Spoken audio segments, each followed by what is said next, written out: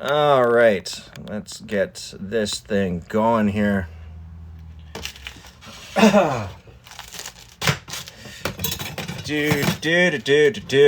Yeah. 1,000 points for emerging star. Carla, how are you? Christine, how are you? Nanners. Right on, right on. How's everybody today? I'm just going to... where's the thing with the stuff on it?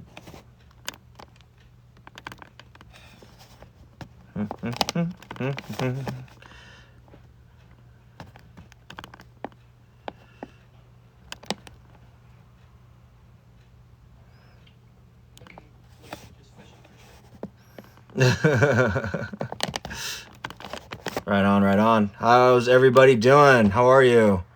Welcome, everybody. How's everyone's Saturday? I hope it's really good. Today we're going to be, just as usual, cooking some food, having a good time. You know what I'm saying?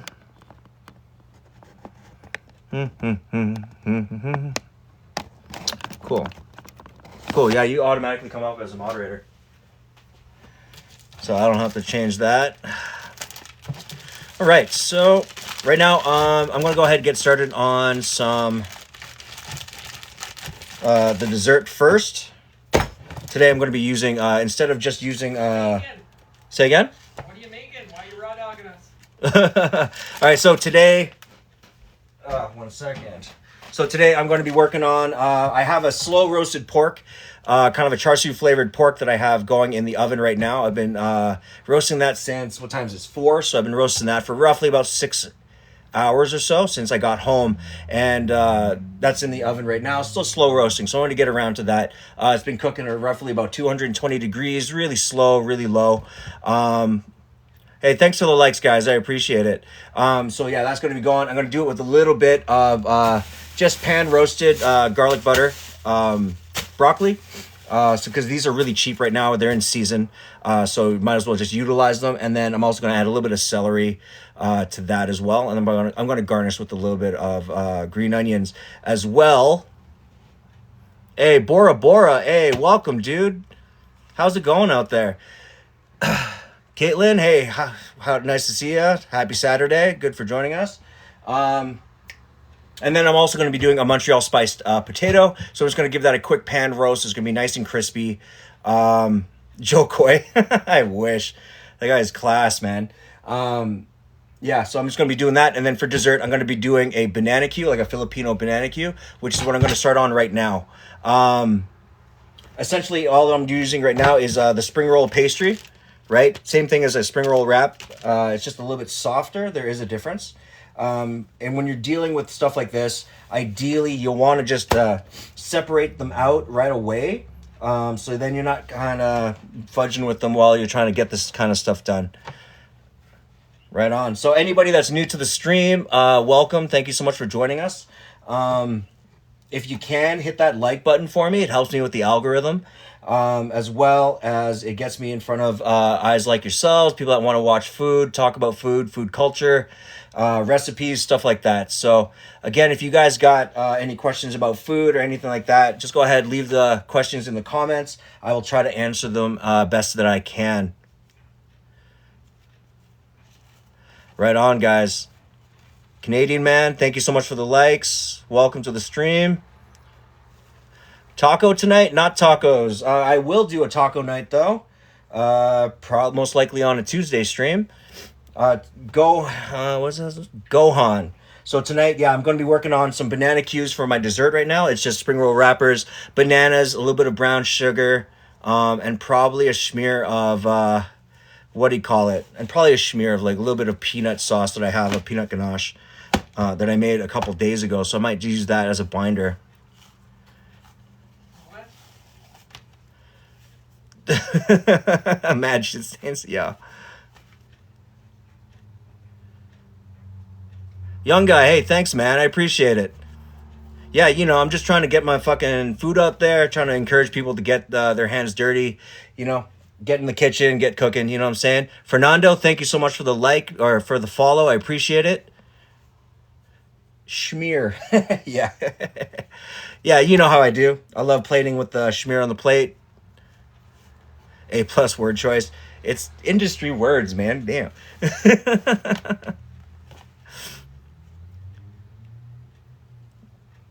Nice. Thanks for sharing the live. I appreciate that.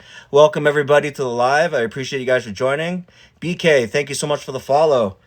Okay, so anybody that's new right now, again, I'm just right now dealing with these spring roll wrappers for dessert. It's going to be banana Q, so it's going to be bananas inside of a spring roll wrap with a little bit of brown sugar, and then I'm probably going to coat it with a little bit of sugar on top just to kind of get a good crunch and crumble.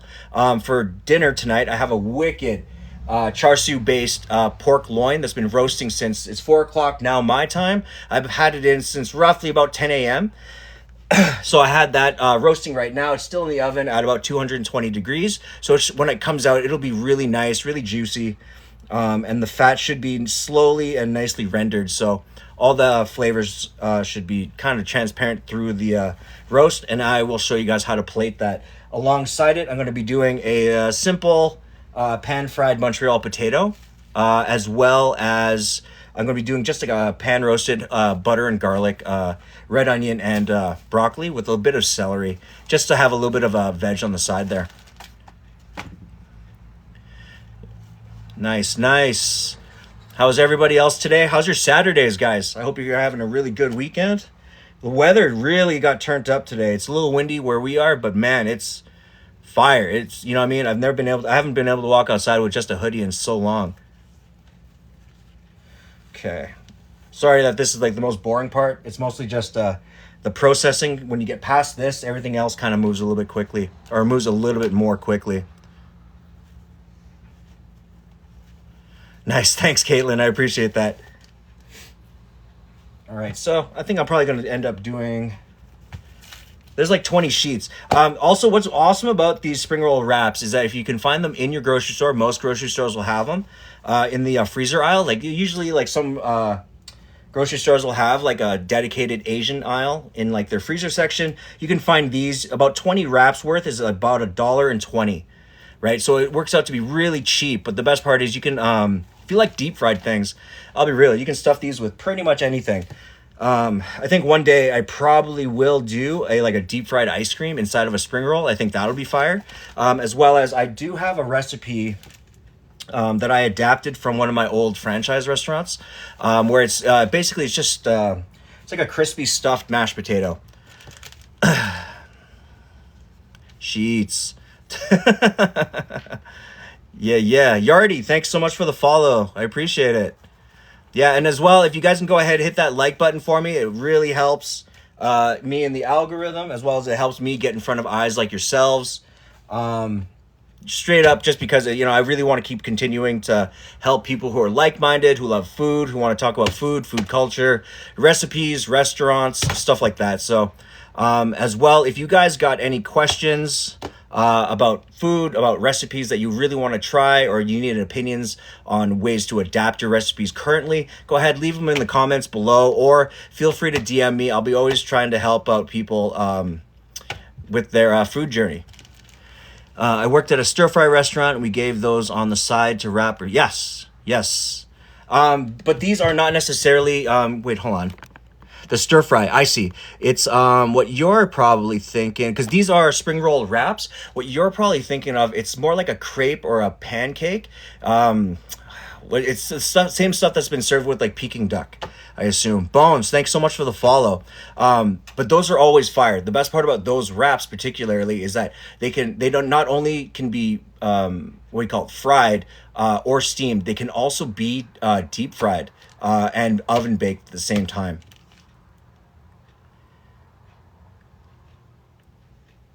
The Super Bowl, interesting. Yeah, I don't actually follow QT Lamb. I actually don't follow, football, unfortunately. I'm not a huge sports guy. I'm one of those people that loves like music and gear and filmmaking. Okay, so I have all of my wraps, all 20 of them separated. And now I'm going to get onto the bananas, okay? So I have the package on the side. A little easy way to do this is keep the package on the counter. Once it's opened, lay your wraps on top of the wrapper so you don't have to keep using up plates, okay? Super easy. So then when it comes to your bananas, this is the best kind of bananas I was able to find. They're the most ripe right now. Unfortunately, bananas are not super expensive, but they're coming into Canada ultra unripe. They're coming in super green. So I had to really dig to get these out. But with that said, easiest way to deal with them is to cut them in lengthwise as well. If you're going to cut them in lengthwise, when you do cut them, right, the way I like to do is flay it from the back, right? Just give it a quick like that, so that when you unwrap them, they're super clean, right? Just like that, right? Then you just have to force it, boom, and then you can just peel, okay? The way we're going to break them down is I'm going to actually cut them not lengthwise. I'm going to cut them in half, and then I'm going to cut them lengthwise into quarters. And what that will do is it'll help me be able to lay them in the wrap really cleanly, and so that when you put the brown sugar on and then roll it, it'll actually become really uniform. Living in Niagara, all around a bunch of Bills.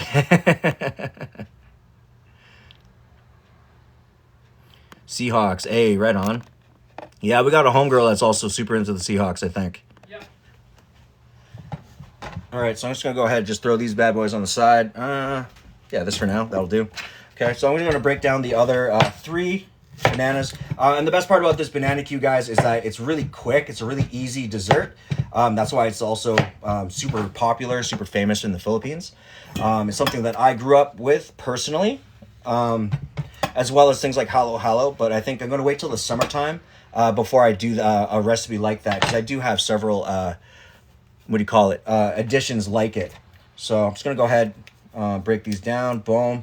And as well, you don't have to cut these lengthwise or anything like that. You can still do them like chopped up, so it's more of like a macerated mix, and then mix it in. On top of that, you're not limited to what kind of fruit you can use. With spring roll wraps, you can also get away with doing things like berries. You can also do, here's a good one. A really dope hack is you get some chocolate, you get marshmallows, right? And you get a little bit of caramel sauce. Put that shit in there, roll that up and deep fry it. It's a s'more spring roll, right? Or you don't have to put caramel sauce. You can also put your chocolate, your marshmallow, and then use a thin slice of brownie, right? Boom, roll that in there, let that deep fry. Everything's gonna melt, but it's gonna be fire. It's super gooey. Those are the kind of recipe that I like because they're ultra dank.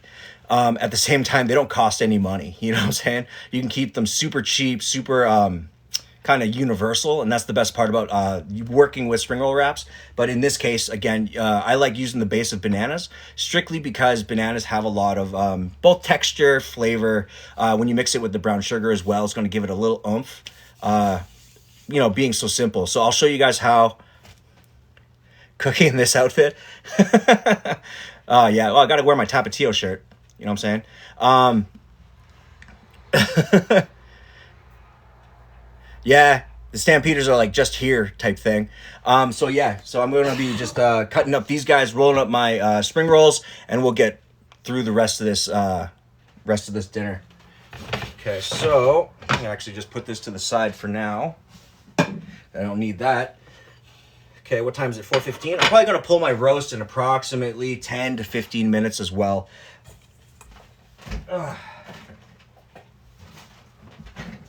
Okay.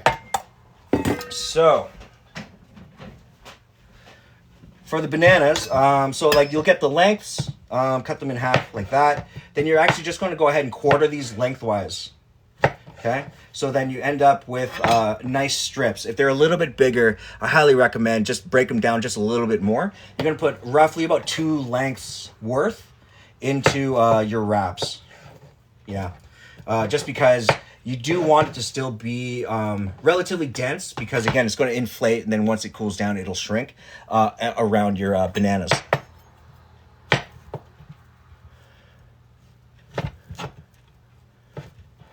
Banana size matter? Not necessarily. It's really about volume. It's not if you it's not just about the girth, Shannon. You know what I'm saying? Okay, so I'm just going to go ahead and break these guys down. So again, you're going to cut them in half and then lengthwise into quarters, all right? The same thing kind of goes with like cucumbers. If you're going to put them in wraps, it's kind of the same practice. All right, so there you go. There you go. Right, all right.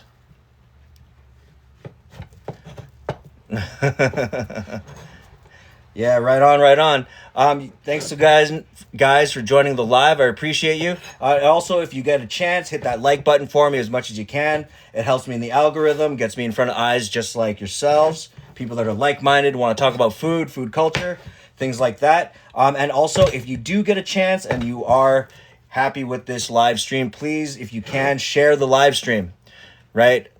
Helps me as well find other people like yourselves who are also interested in the same kind of stuff. Blind Sniper, welcome. Thank you so much for joining the live stream.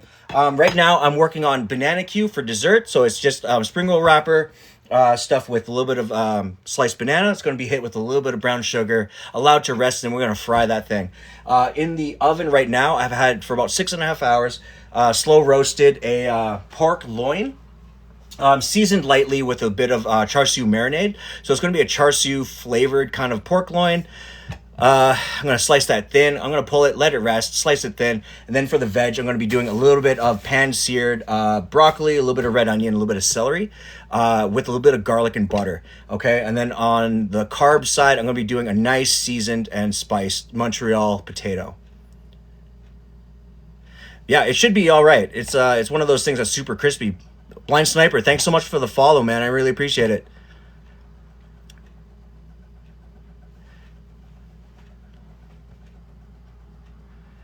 You're joining from Mentorship Group. Hey, you're welcome in, man.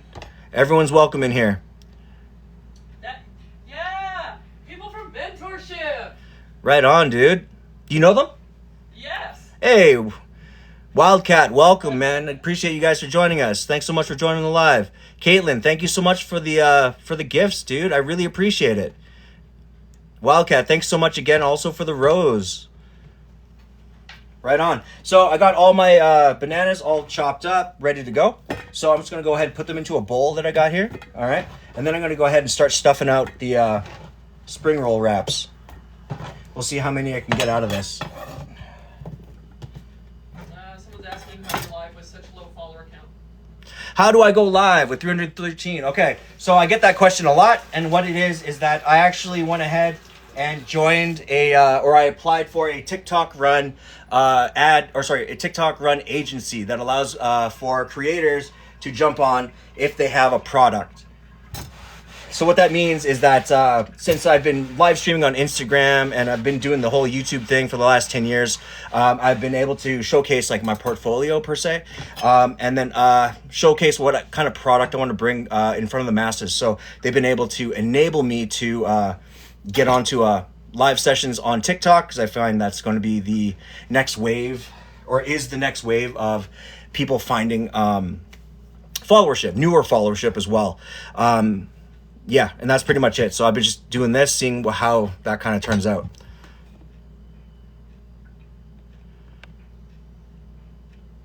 Kaylin, I thank you so much. I appreciate that compliment, dude.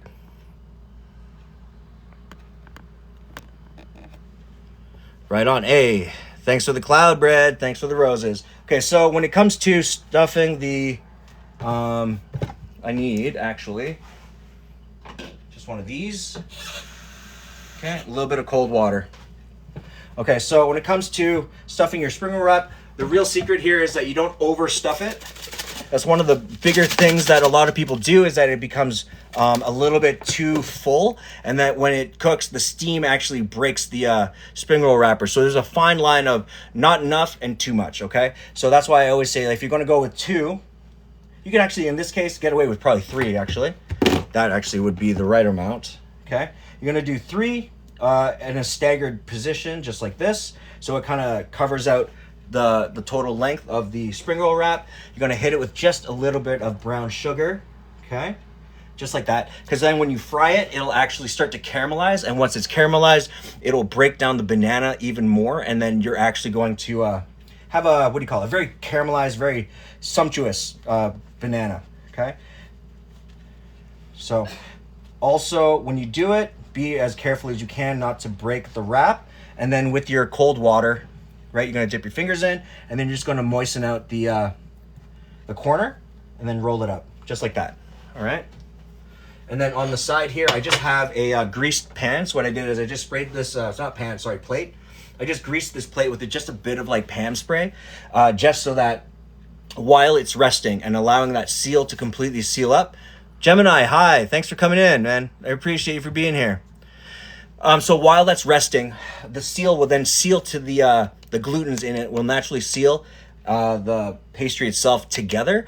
But you do need, your mom's name is Pam, but you do need that little bit of resting time to allow those pieces to come together just like its own natural glue, okay? So I'm just gonna go ahead and I'm gonna start rolling out all of these banana cues as much as I can. Probably just use the spoon because that makes more sense. Okay, just like that. And you can also just do one whole banana if you want, but I don't really recommend it because it's just, I don't know. There's something about it. It just doesn't look right. Okay, so just like that.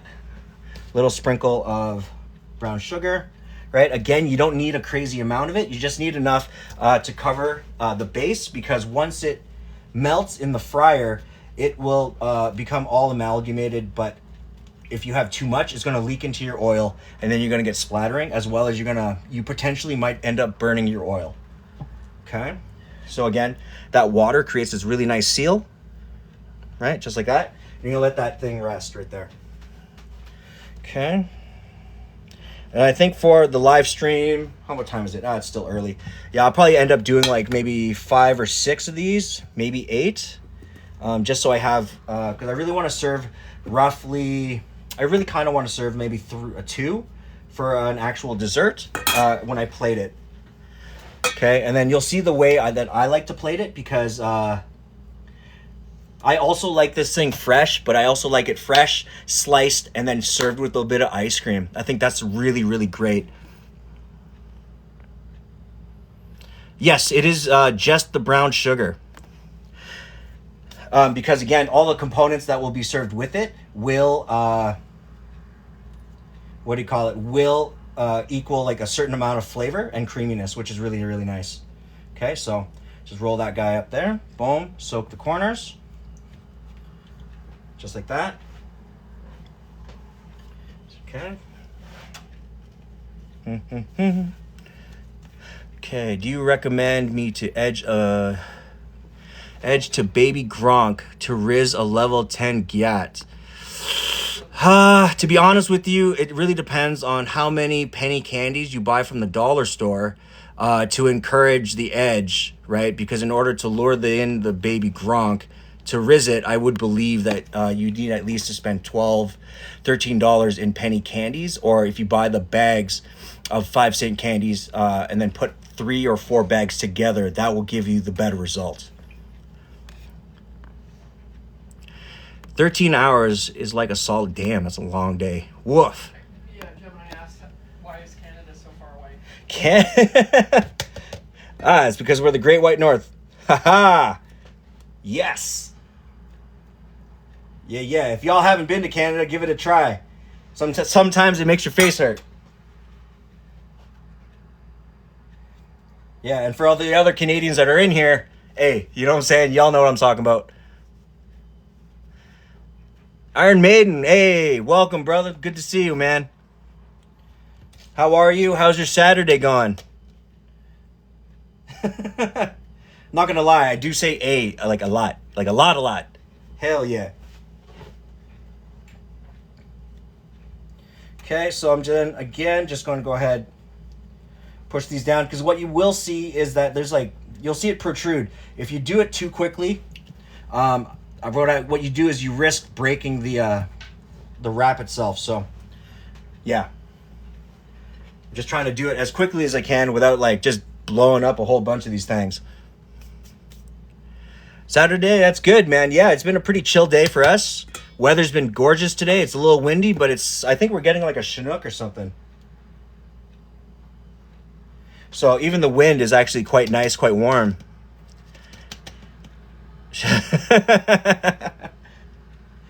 It's infectious.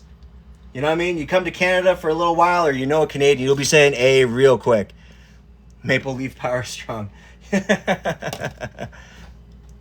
A Chinook. Okay, so I think a Chinook is only really particular to where we are in Canada, to Alberta. And what it is, it's like a level, or it's like a pressurized... It's ocean air coming up over the Rocky Mountains, bringing warm air from the ocean. Can you come over here and explain that? My girl's gonna explain that better, because I can't explain it as good as she can. Come on over here. So yeah, it's ocean air coming up over the Rocky Mountains, so it's a warm air front. Comes in and kind of lands and blows away all the cold air for a few days. And then it cools right back down again, so we get winter again. Yeah, so then the air hurts your face again. But in the times that we do get a Chinook, some years we get a lot, some years we get a little or none at all. It is literally it's one of those experiences that you just have to be in Canada for, because the clouds do like it's what's known as the Chinook arches, and it's like when they bend, so you'll see like a huge break in the clouds and then just clear sky. But you know it's Chinooking when it's like hella warm, when it's really nice out. Pineapple Express. Oh man, I love that movie.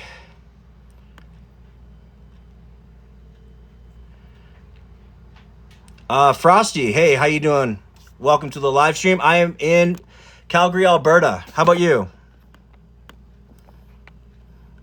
And Megan, thank you so much for the follow. I appreciate it. What are you making? Okay, what am I making? Okay, so again, I am just working on some banana Q right now. So what that is just sliced banana and a little bit of brown sugar rolled in a spring roll wrap. Okay, and then for dinner, I have a really nice char siu seasoned pork loin that I've been cooking for the last about 6.5 hours. It's 4:30, so about 6.5 hours, really slow, really low. And then on the side for veg is going to be just pan seared broccoli, red onion, and a little bit of celery. I'm going to hit with a little bit of garlic, a little bit of butter. And then for the starch, I'm going to do a Montreal Spiced Potato.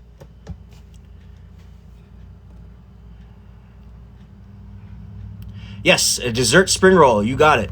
What's awesome is you can do different types of fillings. I explained this earlier. You can do all sorts of really great, really crazy flavored different types of spring rolls. One of my favorite things that I liked to do when I was a little bit younger was you do a spring roll wrap. It's a small thin thing of chocolate, a little bit of marshmallow, and either you can put a little bit of like caramel or you can put a brownie on top of that, roll that thing up, deep fry it. Automatically you have spring roll s'mores. It's a gorgeous thing.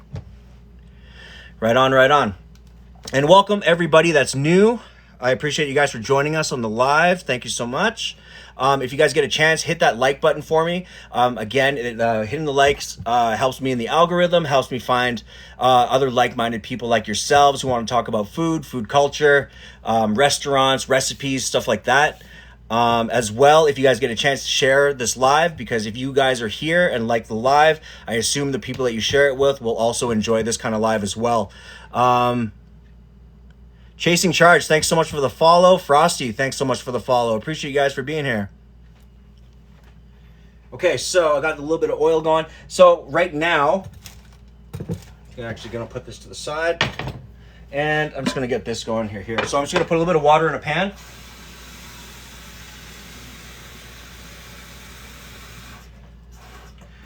Actually, I think I need a bigger pan. I'm just going to use this guy.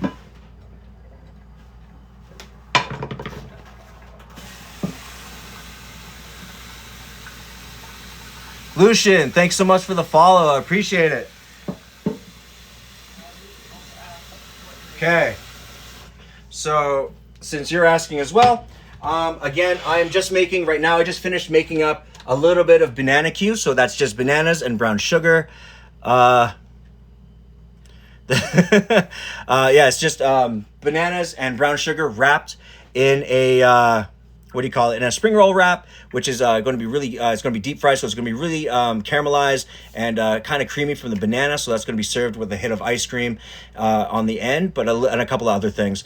For dinner tonight, I got this kick-ass pork loin that I've been slowly roasting at 220 degrees Fahrenheit for roughly the last 6.5 hours.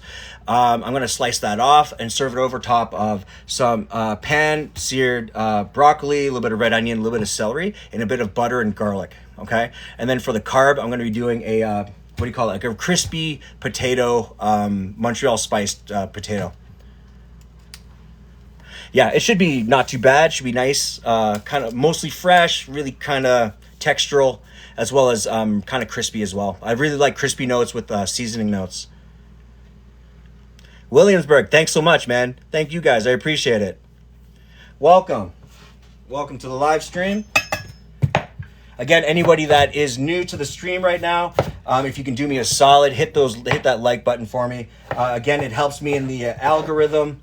And gets me in front of eyes like yourselves, people who want to talk about food culture, things like that. So right now what I'm doing is I'm just breaking down the potatoes just into cubes. I'm not going to peel them because this is a white potato. The white potatoes generally have a much thinner skin. As well as, just so everyone knows, I did wash these potatoes prior to the live stream. It just helps me maintain time. And thank you so much for the roses, man. I appreciate you guys. Chaotic fish sticks, hey, you know what I'm saying? I'm an everyman, you know what I mean? So when it comes to, so you roughly want like maybe 1.5, 2-inch cubes, nothing too crazy.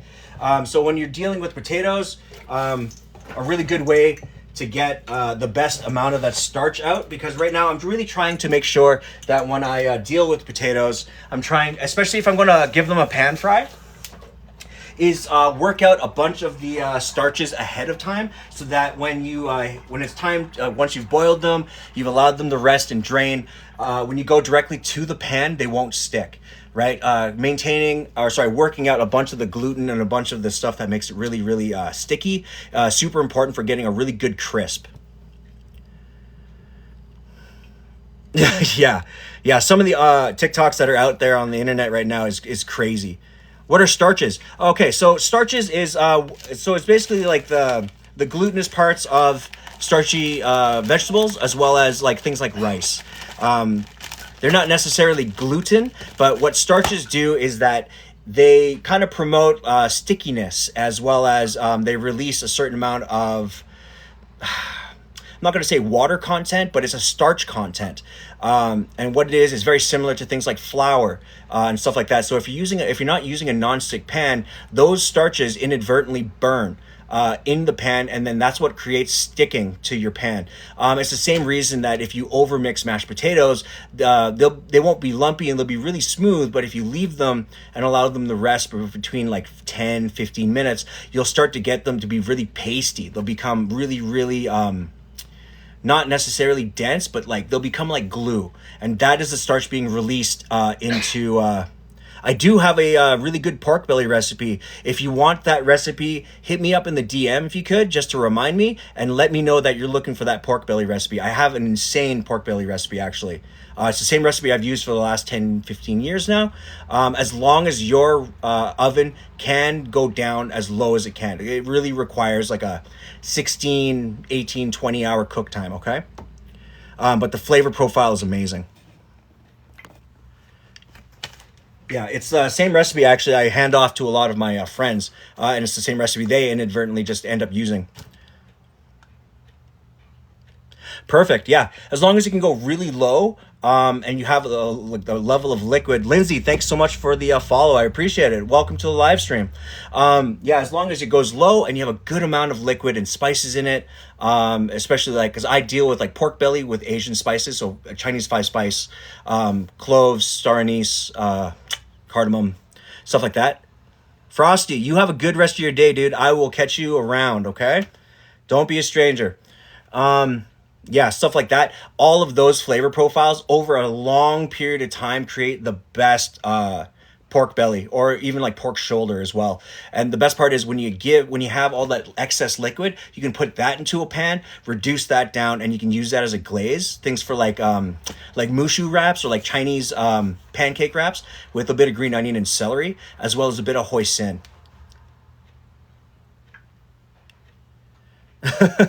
Hey, everything takes practice, Lucian. You know what I'm saying? Everything takes practice, but as long as you're willing to try and put yourself out there to try, that's the only way to get better at cooking. Okay, so right now I'm just waiting on my potatoes to come to a boil. This will probably take like a few minutes. So what I'm going to do in the meantime is I'm going to go ahead and get my vegetables ready. I just need to chop up this broccoli and get it rinsed really quickly.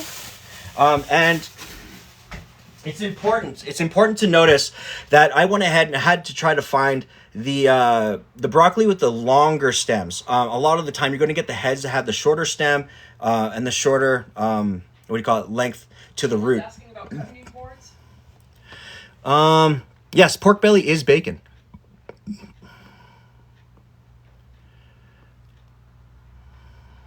Caitlin, are you in Canada? Because I actually have a local friend. He makes great wooden cutting boards, and I trust them because he's also an ex-chef. So he knows exactly what kind of boards to make, the kind of wood that creates a really good, high-quality board. Okay, if you want to hit me in the DMs and tell me that you're looking for cutting boards, I'd be happy to promote that. Yeah, so it's boards like this. This is something like for small time cutting, as well as you can use them for like charcuterie platings, stuff like that. It had his old brand, so I'm not going to promote that brand. Actually, I don't even have his like flyer on me. Damn. Yeah, just hit me in the DMs. I'd be more than happy to give you the link to his website. He creates amazing wood created products that are just amazing for everyday use, right? I use this bad boy literally every day. What's that? You just have to condition them. Yeah. Yeah, I mean, you do have to oil them. It does come with a certain pomade that you can just put on every couple weeks. It depends on how much usage you have, okay? Williamsburg, thanks so much for the follow. I really appreciate it. Wanda Chuba, hey, thanks so much. I really appreciate that, dude. What a great compliment. Thank you so much. Yeah, I mean, the best part about having a wood cutting board as opposed to something like this right here, I actually believe you can pretty much get it at places like Superstore or or at places like Walmart, stuff like that. What I really like about boards like this is that you can use them for anything. The only thing you really can't use like a wood board is like meat. And you can, but you have to make sure that once you use meat on it, you do it quickly and you wash it off as best as you can and then re-season it, right? Because the thing about wood is that it does intake a lot of that bacteria if you don't wash it right away. That's why I recommend having at least one of these for meat. And the best part is if you get a bigger one, it's good for any sizes. Right on. Who do I got here? Okay. Right on, right on. Hey, welcome everybody. If you guys are new to the live stream, I appreciate you guys for joining. If you guys want to know for tonight, I am simply cooking just an easy char siu pork roast that I've had in the oven for roughly about 6.5 hours. Right now I'm breaking down a little bit of broccoli to the stem. I'm trying to keep the stems on so that there's a textural difference when you eat it. So I'm going to be roasting this with a little bit of red onion, a little bit of celery, and I'm going to be hitting it in some butter, a little bit of garlic to kind of zhuzh that together. And then for the carb, I'm going to be using a Montreal Spiced potato, which I have simmering right now. So what I'm doing right now is that I put the potatoes in cold into the pan and I allowed it to come up to a nice simmer. What I'm going to do is I'm going to wait till these are fork tender. By that, I mean you should be able to take a fork or a spoon and just give it a poke and it should perforate it completely all the way through. That will let you know that it's soft enough to come out. I'm just going to give it a quick drain. I'm not going to rinse them off. Yeah, and that's pretty much it. Then I'm going to let that cool down. I'm going to then just basically pull my roast. I'm going to plate the roast with the potatoes underneath, but I'm going to wait till the potatoes are actually cooled down and put them back into a pan with a little bit of garlic, a little bit of butter. I'm going to hit it with the Montreal steak spice, and I'm just going to let it sit. I'm going to let it sit and roast and get some good Maillard reaction going with that. Yeah, broccoli, dude. I love. Also, if you guys like broccoli, try out, there's a thing called broccolini. It's Italian broccoli. It's a long joint. I highly recommend that with a little bit of olive oil, salt, pepper, like white pepper, a little bit of like kosher or sea salt. Boom, put that on top of your grill. It's fire, right? It's the best when it's charred, and you can also cook it like that from raw. No need for blanching. You just have to toss it in your olive oil, throw it onto your grill. It's amazing. Lucian, thanks so much for the cloud bread, dude. I appreciate that. Yeah, it's true. Nanners, everything needs butter. Montreal, yeah, it is really nice. A gorgeous city. Even if you don't speak French, there's parts of the city that are a little bit harder to get around, but everyone does speak English, and that's what I love about Quebec, essentially. It's just an amazing place. Hey, thanks so much for the likes, guys. I really appreciate you guys doing that for me. Broccoli, cauliflower, butter. Yep. Toss that into a thing. The only addition that I would add is a little bit of Montreal seasoning or some Lowry's seasoning salt. Just a little bit, like a hint of it. Toss in a bowl, and then you're going to toss that with some cheese. Any type of cheese. And then toss it till it becomes thick, and then throw that onto your plate. It's a gorgeous thing.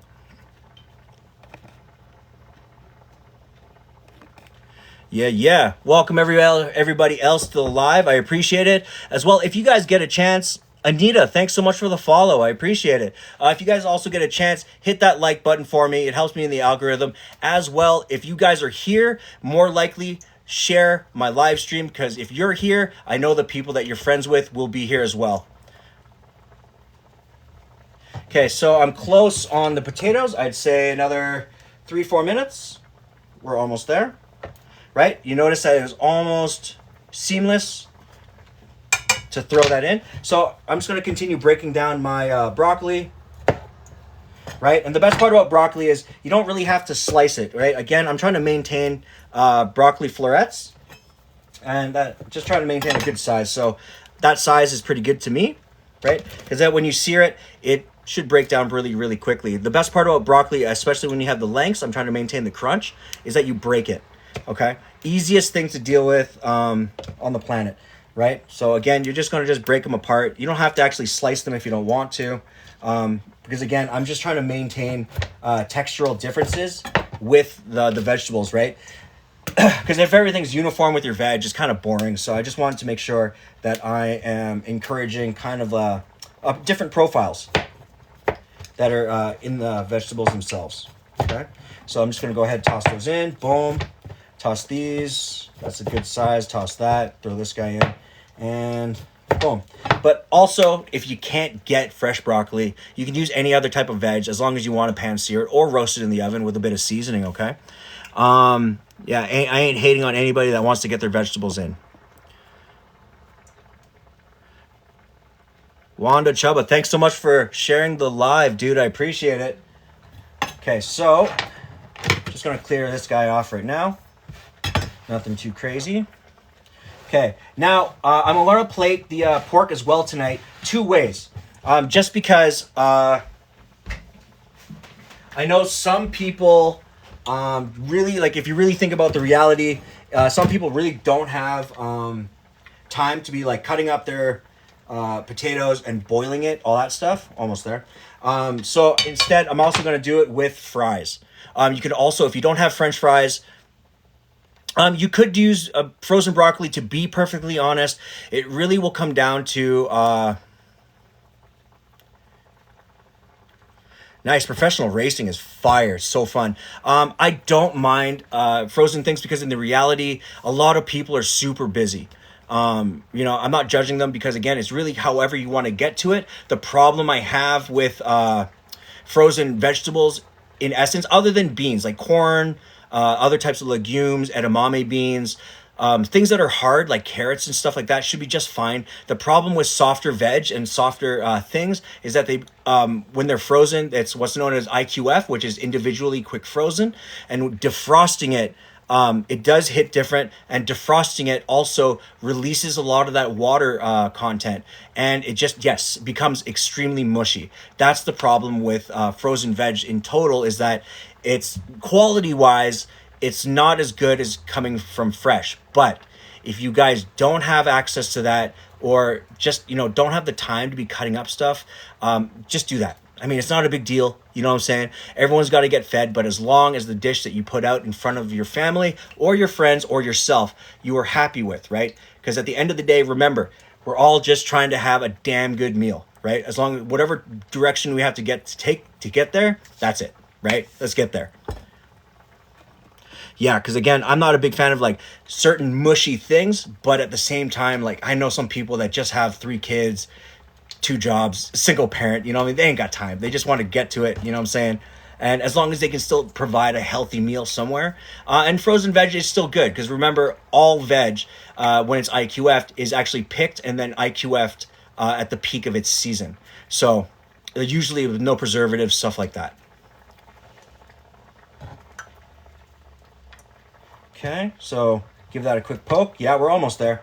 We really do want to get these soft, but I want them past the point, a little bit past the point of al dente, just because I really need the vegetables themselves to be, when they cool down, to be ultra puffy and soft on the inside, because that will guarantee me that when I give a quick saute and all that stuff, it'll become crisp on the outside, but be a pillow on the inside. Because again, when you hit that with the Montreal steak seasoning, fire, so good. All right. So that's on the go right now. I'm going to go ahead and I'm just going to cut up my red onion and my celery. Yeah, I'm not going to use a crazy amount of red onion. Probably, I'm going to say like 2 cheeks worth. Yeah. Okay. Because at the end of the day, I really want to make sure it doesn't overpower the flavor, because the red onions are, although a little bit sweeter, a little bit more fragrant and less, less like what white onions are, less spicy. I do want to encourage a good amount of onion flavor into it. Cheek is not a measurement, but it is something that we use in the industry. So what that means is I got used to calling them cheeks. So instead of cutting it in half, I'm actually cutting around the core, right? We do this with lemons, so we call them lemon cheeks. So instead of having like wedges, you just cut the cheeks off, and then when you squeeze it, you get much more volume, as well as you get the majority of the juice, rather than cutting it in half, getting wedges, and then you're dealing with like the seeds and all that stuff. It kind of helps bypass that when you do cheeks. All right. So for the onions, I'm thinking I'm just going to do it really rustic, just regular sliced, because there's no point in doing, just cubes, because at the same time, I want them to all kind of cook universally and uniformly. What was that?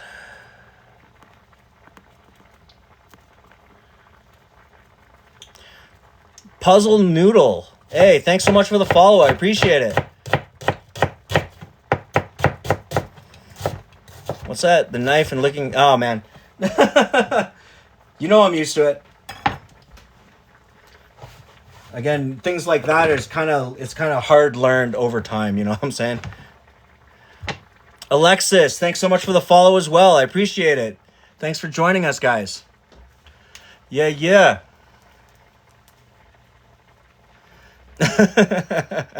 Well, if I cuts off, you cuts off. You know, that's how it's going to be. Again, thanks so much, guys. Anyone that's new to the live, thank you so much again for joining the live.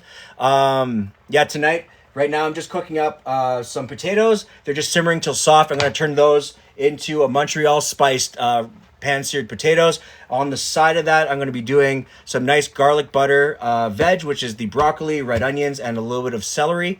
And then in the oven, I've had for about almost now 7 hours, is a beautiful char siu roast, or char siu influenced roast. So it has a bit of that sticky marinade that's just allowed to roast on top of that. And I'm going to pull it out probably in the next 5 or 10 minutes here, and then let it rest. And then I'm going to slice it as is. For dessert, I'm going to be doing, I wrapped off earlier, it was a little bit of banana Q. So what this is, you notice that it's nice and sticking now, right? It's had a chance to rest in the pan or on the plate. So now all those seams will guarantee in the fryer won't break open. Yes. So what I'm Williams. So what I'm going to do is I'm waiting until these are fork tender, just a little bit past fork tender, and then I'm going to drain them, let them cool off naturally, and then once they're cool or like cool-ish, so that you can actually like pick them up, they're not going to fall apart, as well as the steam stop coming off of them. What I'm going to do then is I'm going to hit them in the pan with a bit of oil. And then that will, Turon, yes. In the pan, I'm going to hit them with a bit of oil and a bit of Montreal steak seasoning, just like hash browns. And I'm going to just let them sit, crisp up, because the centers will already be cooked. But you'll guarantee that you're going to get a nice, crispy outside, fluffy, pillowy inside.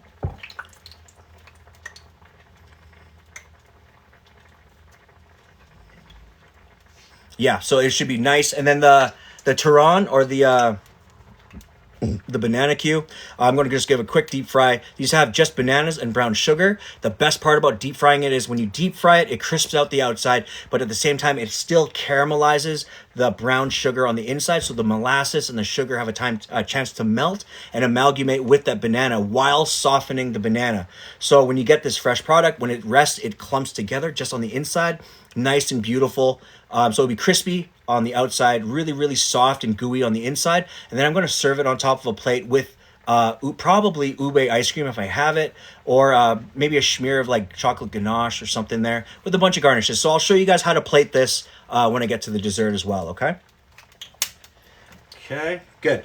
So I'm going to go ahead and pull the roast out because it's been enough time, I think. Because I still need to let it rest, and then I also need to slice it. Beautiful. Oh my God. Hell yeah. Okay.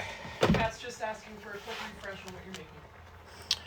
Kat, hey, you joined late? Okay, sweet. So right now, I just pulled out a 7-hour pork roast. It's a pork loin that I put in at 220 degrees Fahrenheit with a little bit of the char siu marinade. Char siu is the Chinese barbecue marinade, right? So that's what gives it that gorgeous red color, okay? Boom, right? And the reason I used, say, pork loin, and oh, look at that fat. Oh my God. Jesus. Okay, yeah, I'm going to use that and a little bit of sauce as well. Because the best part about that is you can mix that sauce in with a bit of, like a little bit of hoisin, a little bit of honey, stir it up, and creates this great glaze. So I'm probably going to finish my pork with that on the plate as well. So the reason, again, I use pork loin is because where I am, that whole pork loin only costed $16. And I'm probably going to get like maybe 5 to 10 portions out of it. Because again, in our household, I like to emphasize like a 30% protein, like meat protein, and then any other additional proteins like legumes or beans and stuff like that is an additional. So when it comes to meat, we actually try to make it cut thin, but high flavor. That's how you actually should be enjoying your meat, in my opinion, right? Because then you can emphasize your other things, your vegetables, your carbs, stuff like that, okay? Again, in this... User 66108, thanks so much for the follow. I appreciate it. Cream fraiche. Again, when it comes to cooking on this live and on my channel, what I like to do, Jax, thanks so much for the follow. I appreciate it. What I like to emphasize is dank food, but economically sustainable foods, okay? So any of the stuff that I'm doing here, know that it's relatively cheap. It's accessible. Again, it's sustainable and it's cost effective, all right? Those are things that I specialize in, as well as it's things that I advocate for, right? Because not everything can be really, really good, but nothing has to be super expensive, right? Like I always say, flavor, as long as it's there, and it doesn't matter how you get there, you just get there. You know what I'm saying? Benzino, thanks so much for the follow. Ryan, thanks so much for the follow. I appreciate you guys, man. What else am I cooking tonight? Then I got this banana Turon, boom. Right, I'm going to cook that up. I'm going to serve it up with a bit of like ube ice cream, maybe a streak of like chocolate ganache. I haven't really figured out how I want to plate it, but I can see it in my mind kind of. Benzino, yeah. Yeah, and then for dinner, it's the roast. I got these potatoes almost finishing. Yeah, we're almost there. You can tell just by like the way it's crushing. Oh, perfect. Here. That is the perfect. So I'm just going to go ahead. I'm going to get this off the heat. Let that bad boy cool down for just a second, okay? Still got to cut my celery. I'm just going to let that drain. So when I say it's past fork tender, what I mean is this. That you can still pick it up. Right? You can still pick this guy up, but when you give it a crush, right, really falls apart. You know what I'm saying? Like when you get it, it actually falls apart and it's crumbly. Right? That's important because it still has structure and it still has, its form. But when you get it into the drainer, or when you get it into your sieve and stuff like that, it's not going to break apart and become mush. Okay, so I'm just going to give this a quick... There we go. Boom. Yeah, right on. Okay, I'm gonna let that bad boy cool down for just for a second. All that. All right. So for dinner tonight, I'm gonna plate dinner 2 ways with just 2 different types of potato. Because I think, again, it's super important. Excuse me. I think it's also super important to emphasize that sometimes we just don't have the time to actually cook potatoes. Or like, you know what I mean? Like people don't have the time to take that potato out, be having to cut it up, boil it, put it to the side. I mean, that's why a lot of people just prefer to do, what do you call it? Like mashed potatoes, stuff like that. Because again, it is relatively easy and all that. But what I'm trying to advocate for is when you do cook, it is kind of for me, like when I cook on my own, you know, especially for my wife or my kids, it just seems like it's a little bit more therapeutic to me. And on that note, I also say that things that require a little bit of time in the kitchen always taste better, right? Because when you get those ready-made things and all that stuff, yes, it's convenient, but I always find that they just kind of lack. There's like part of its soul is missing, especially when it's a quick fire item.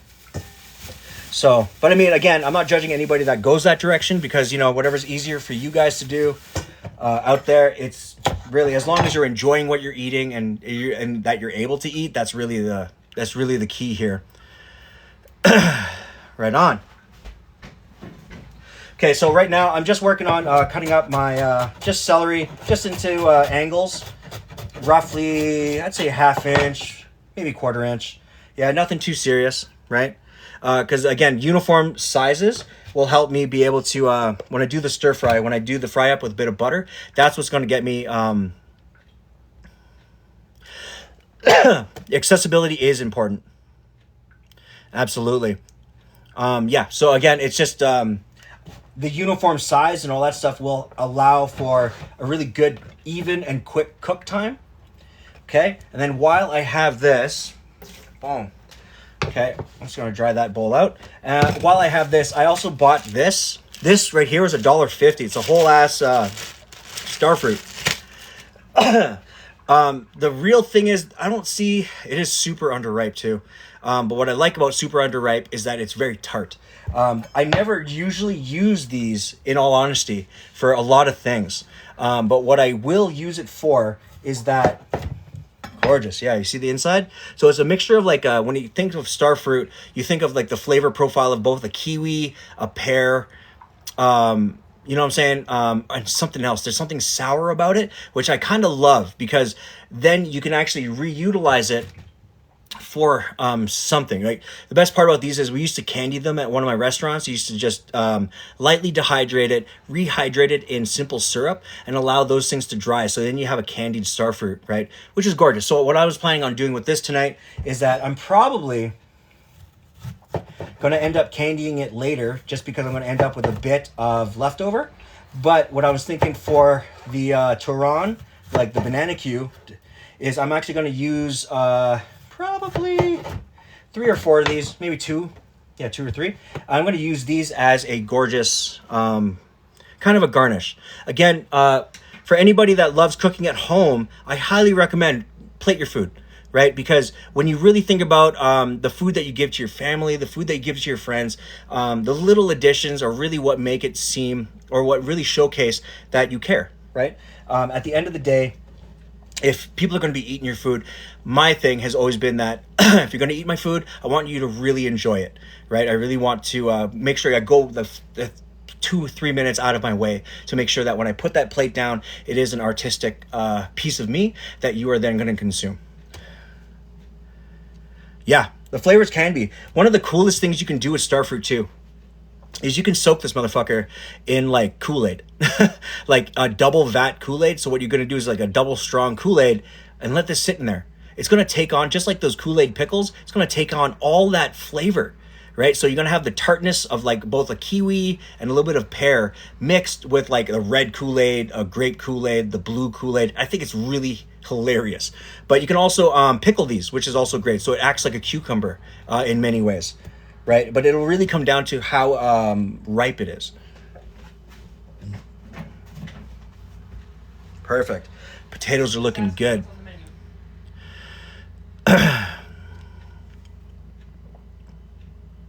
Christina, hey, how you doing? Thanks so much for joining us.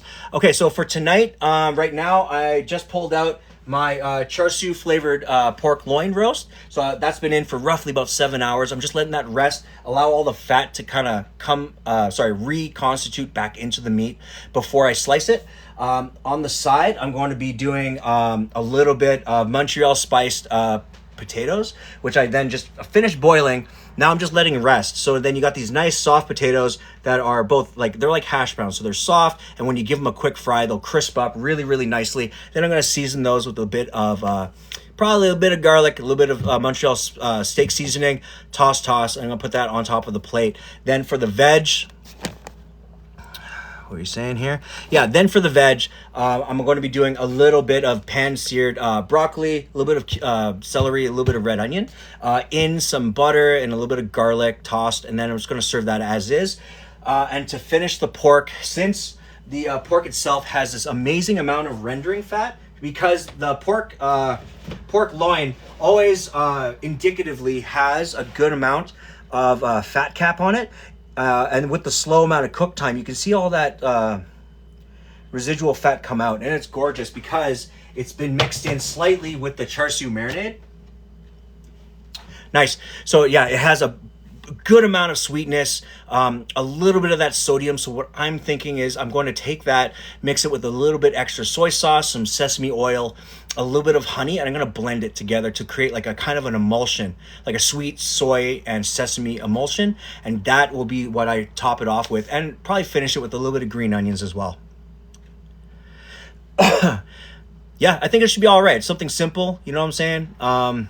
Nothing too crazy, but I do think the flavor amount should be very high, right? Again, I do want to advocate things like pork loin, especially where I am here in Calgary, Alberta. That pork loin was only $18, and I'm probably going to be able to get like between, like I said, if you really go big portions, you're going to get like 5 to 8.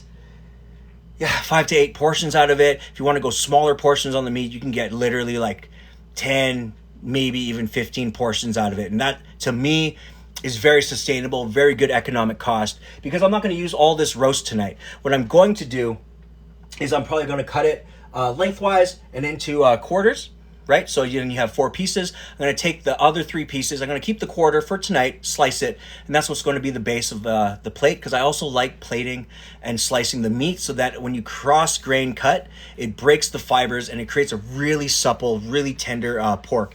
But the other pieces, I'm actually going to go ahead, I'm going to just let cool down. I'm going to wrap those up, put them in the freezer. Because the best part is when you let that defrost, you can then take that, right, slice it up really thin, put it into a small pan full of a little bit of stock or a little bit of, again, char siu marinade with a bit of water, and then just bring it up to a light, light heat.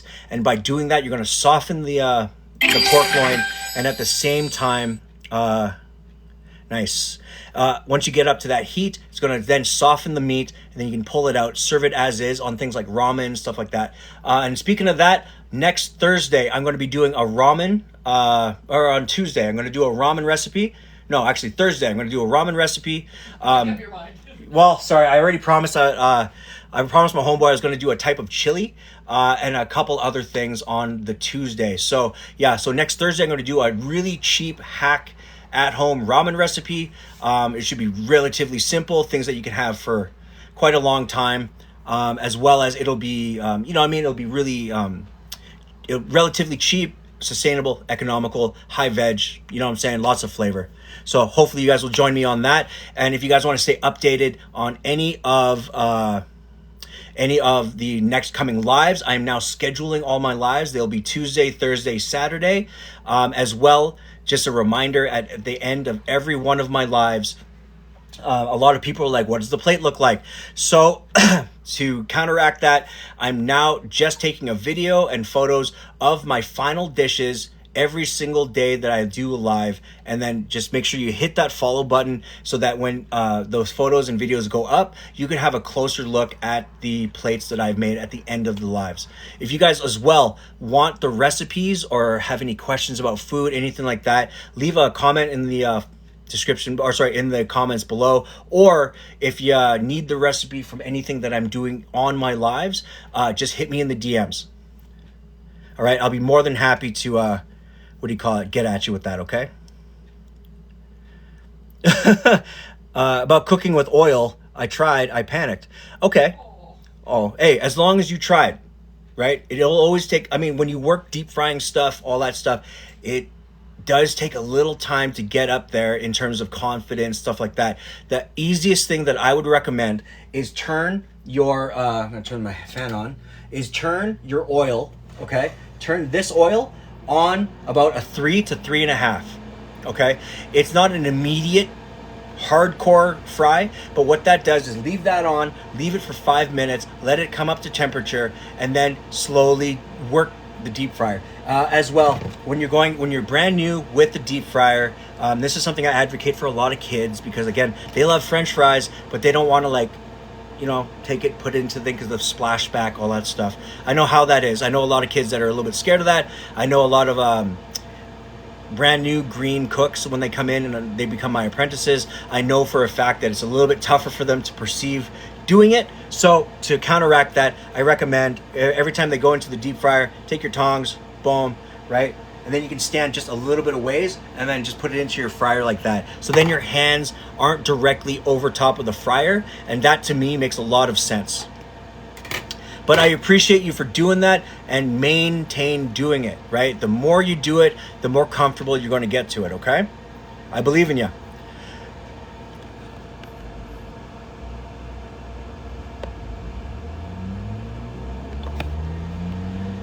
T-Rexcellent. Hey, how you doing, man? Welcome to the live. I appreciate you for being here. And thanks a lot for the likes, guys. I really appreciate you guys for doing that as well. It really helps me out. And helps out my algorithm. Cool. So I got my potatoes. Those are good to go. Boom. Just like that. Yeah, why not? Okay, so right now everything's starting to just warm up or cool down. So at this point, what I'm going to do really quickly is I'm going to do, where are ye? Here we go. This will be fine. So what I'm going to do, actually in a pan. Hey man, right? The only thing I would recommend, if you're going to do it in a pan, lower the amount of oil. You don't want a crazy amount, all right? Put a small splash in. As well, use a bigger pan, okay? Because if you're going to toss it around, you're going to, the bigger the pan, the better. Or get a wok. I highly recommend those. Just because you'll have more control. As well, don't turn the heat up too crazy hot. You feel me? Like turn it up to, again, go up to a 3.5, 4.5. Like stay medium or a little bit lower than medium, dude. I believe in you. Yeah, and no water on the oil. Damn. Make sure everything that you're working on is dry and it's not like, it's not too wet, because again, water and oil, hot oil especially, do not mix, and it will get a lot of splatter. Myself, I learned that the hard way. Throughout my entire career. Hey, Blind Sniper, what's good? Welcome back. I think you peaced out earlier. Either way, welcome back. I appreciate you for joining.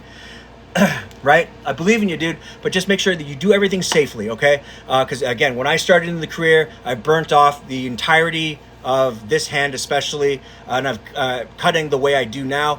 I've already cut off the majority of all my nails, cut through my fingers. Yeah, I still have this. That's there's this spot right here. That's from doing a sugar sculpture. I don't know if you can see that on live. Yeah, right there. Right, all this from doing a sugar sculpture that then melted, came down on my arm. I have this cut right here, right, from almost severing my tendon. Just being really careless again. I could have actually cut a bunch of my finger off. You know what I'm saying? You get used to it. But if I can encourage you to do anything, do everything nice, slowly, effectively, safely. Okay? Put out oil fire, turn the heat off, take a rag, and you're going to put it directly over top. So if this is on fire, you're going to go ahead and do this. Right? You're going to suffocate the oil.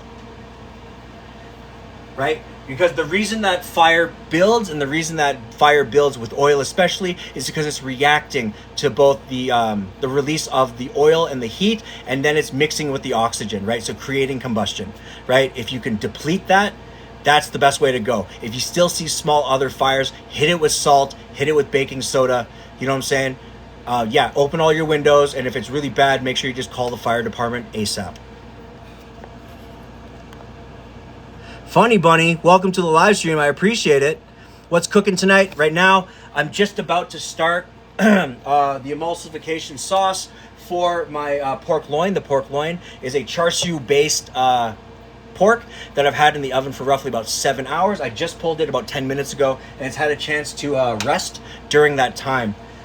So I'm going to slice that really nice and thin and then glaze it with my emulsion that I have from the excess fat that dripped over the last 7 hours. And it's nice flavored, you know what I'm saying? On the side, I'm going to be serving it with some nice Montreal seasoned potatoes that are going to be seared in the pan. A bit of oil, all that good stuff. It's going to be nice, crispy, fluffy on the inside. And then I'm also going to do a pan seared vegetable. So it's butter, garlic, a bit of broccoli, bit of celery, bit of red onions as well. And I think that'll be really, really great. Really fresh overall kind of dish. So for dessert, I made earlier some banana Q, also known as Turon. So basically it's just sliced bananas, brown sugar inside of a spring roll wrapper. I'm going to go ahead and fry that. Just give it a quick fry, and I'm going to serve it on a plate with probably a bit of like ube ice cream or something like that, which I think is really, really going to be really glamorous, really gorgeous as well. Ivo, thank you so much for the follow. I appreciate it. Thank you for joining. I appreciate you guys for being here. Yes, and you can also put a lid if it is readily available on top, 100%. But always make sure you pull whatever you have off the heat or turn the heat off immediately and then put the shit on top, okay? I can't stress enough. Invest in tea towels, salt, bacon. Yes, 100%. The best part about all those things is that they're reusable. You can use them over time, and it doesn't hurt you to have them. 100%, right? Because again, when you're in a what do you call it? Raised his heart. Thank you so much for that compliment, dude. That's really amazing of you to say so. Thank you so much. I appreciate it. Yes, the people that I have following are amazing people. You know what I'm saying? Everyone's super into Funny Bunny. Thanks so much for the follow. People here are super into food, and Lucian, welcome back, man. It's good to see you again. Yeah, people here are super interactive, very supportive for the most part, right? Because if they don't know, they'll just ask, right? And if you don't know, either I'll be able to help you or somebody in the comments will also be able to give you insight. That's amazing, right? Again, this is all about trying to create a really great community of like-minded people who are just into food, man. You know what I'm saying? I love people that love what's new. I'll get you on there in a second. Yeah, I love meeting people and being around like-minded people who want to go on this food journey, right? Because to me, it's a beautiful thing. It's really special, right? Because essentially, other than death, food is the only thing that'll bring people together as well. You know what I'm saying? WB, welcome to the live. I appreciate you for being here, dude. Yeah, so what I'm cooking right now is I'm just going to go ahead and I got these. Oh, those are nice and cool. So I pulled out my 7-hour char siu pork loin. That's had time to rest, and right now I'm going to be working on the emulsion sauce with the fat cap fat that kind of rendered from the pork loin. So all this delicious juice, I'm going to reutilize it so that I can make a nice sauce for the pork to go on when I plate it on top of my Montreal potatoes. So on the side, I'm going to be doing a pan seared or pan crisp Montreal spiced potato, okay? Yeah, and then, so pan potatoes, Montreal spices is going to be real good. So crispy on the outside, super fluffy on the inside. And then for veg, I'm going to be doing butter and garlic seared broccoli and red onions and celery, okay? For dessert, earlier in the stream, I went ahead and made up a bunch of banana Q, otherwise known as Turon. What this is just basically just sliced bananas and brown sugar inside of a spring roll wrap. So I'm going to deep fry that, and I'm going to serve that bad boy with some fucking probably ube ice cream, but we'll see what kind of ice cream we have in the freezer. And as well as I'm going to zhuzh it up just so you guys can see plating, okay? Because again, something that I do advocate for, especially here, it's extra epic if you do dino nuggets. I haven't made a volcano. My wife actually introduced me to volcanoes. Pushing out Hey, I appreciate that, Logan. Thank you so much for that compliment, dude. Again, I just try to make sure that everyone that comes on here is welcomed. I try to create content that's valuable. You know, just try to create like a space for that. You have a question at what ube is. Okay, so it's this guy. Ube is a Filipino purple yam, essentially. But the best part about ube is that unlike yams and unlike potatoes or anything like that, this can be sweetened, it can be served savory, stuff like that. And in the Philippines, this is one of the most popular things in any like street vendor or dessert market type of restaurant. Which is awesome because I didn't think we'd have any. We have a little bit left and I'm stoked. This is my jam. I'm just gonna let that actually come up to room temperature so when I scoop it, it's gonna look fire. Ube, yeah. I use real bananas, but of course you can use plantains, 100%. Lee Whitehead, thank you so much for the follow. I appreciate it. Yeah, and T-Rex, yeah, for sure. I haven't done a mashed potato volcano. I think I might one day, especially on here, because I think that's hilarious. Once I saw it, I was like, yeah, for sure. 100%. Right? And I'll probably do 3 types of gravies to go with it. I guarantee. Yeah, I would definitely use bananas, but of course, if you're going to use plantains, I highly recommend you give them a quick fry, right? So that it crisps them up a little bit, because when they sit after they've been crisped up, they'll soften. You're going to hit that with a little bit of, like just, I don't know, you can use a little bit of cream or you can use a little bit of like simple syrup, and you're going to hit it with the brown sugar, toss that, and then use that as your filling. Because plantains do need, because they are very starchy and very dense, you do need to work them just a little bit so that during the frying process, it cooks evenly and very uniformly, okay? Dude, for the kids. I love that. Funny Bunny, hey, so then you know about ube, right? You know, it tastes like a mixture of like hazelnut mixed with vanilla and like another and like something like coconutty. Ah, it's so good. It's true. Nanners is the kid. That is, yeah, 100%. All right, so with this, so I have the drippings. You'll notice that there's a good amount of that char siu syrup that's left over, and this stuff is the rendered part of the fat. So what I want to do is I'm going to encourage a type of emulsion. It's not going to be fully emulsed, but what I do want is with that char siu, since it's already quite sweet, I'm going to encourage just a little bit more sweetness into it. So I put a little bit of honey, and then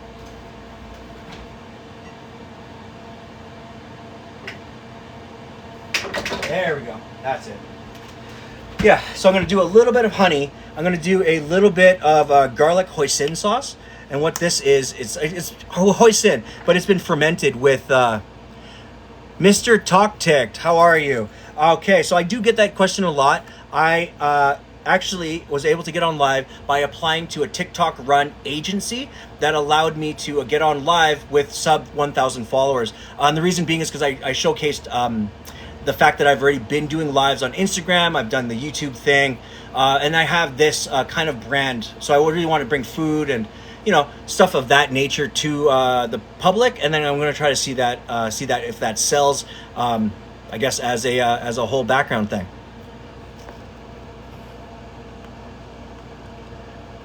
Sunday fun day, mashed potato volcano. Oh, dude, I wish I had time. Tomorrow to do some. Waiting patiently. Caitlin, she's not waiting at the table. She's waiting at her desk that's right next to it. Same thing. Same vibes. She's just sitting there looking over the corner like, hey, how long?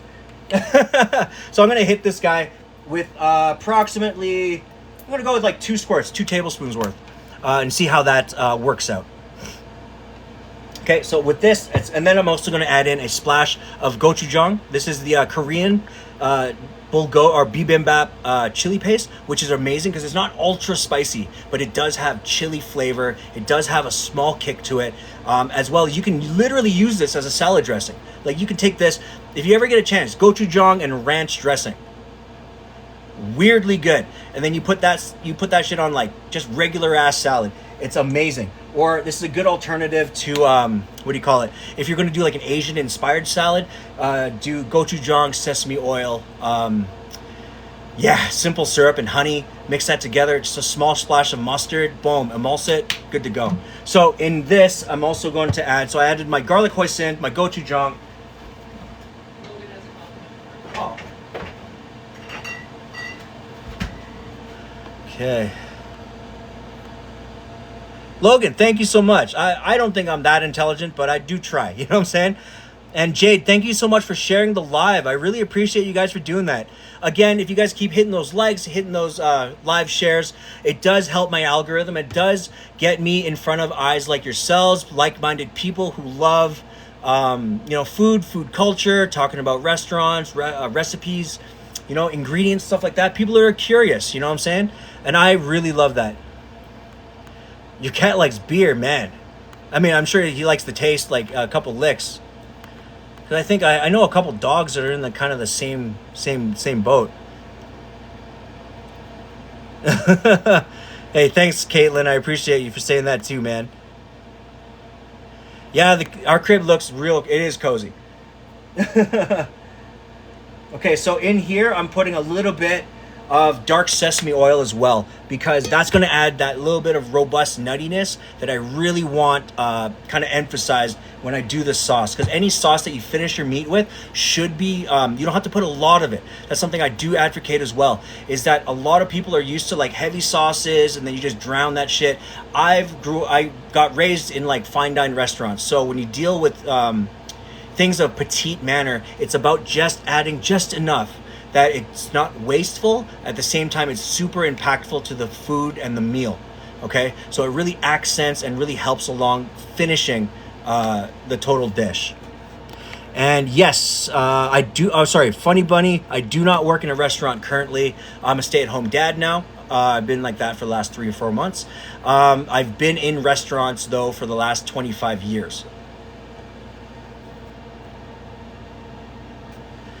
Right on. Hey, thanks again for sharing the live, guys, and thanks for all the likes. I appreciate you guys for doing that for me. So with this, what I'm going to do, haha, here we are. Where is that joint? Where is it? Here it is. So for things like this, for small emulsions, what I really enjoy doing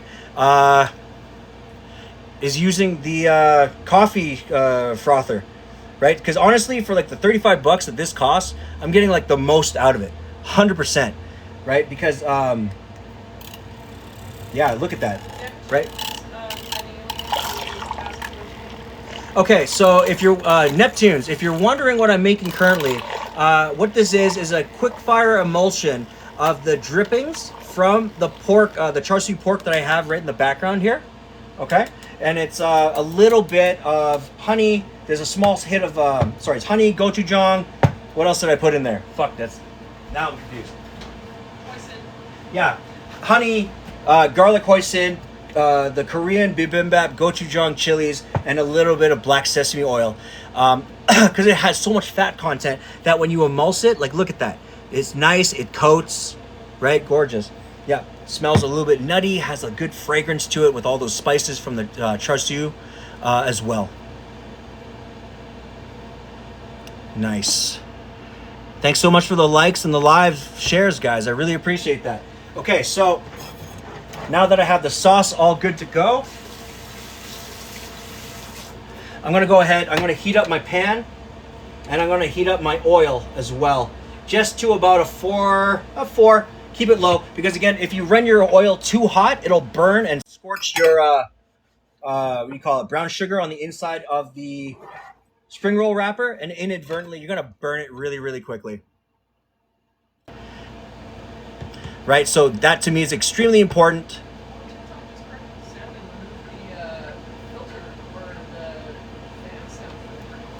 Oh damn. It might just be like a settings thing, I think. That's okay. Yeah, so absolutely. Hey, you know what I'm saying? If you have any questions, you have any inquiries, you have any theories on kind of stuff that you want to cook, hit me in the DMs. All right. Remind me what you're looking for. Remind me if you have any ideas that you'd like to see. stuff like that, I guarantee you when I respond, I'll have at least a few ideas for something new, maybe something vibrant, something you haven't had before, okay?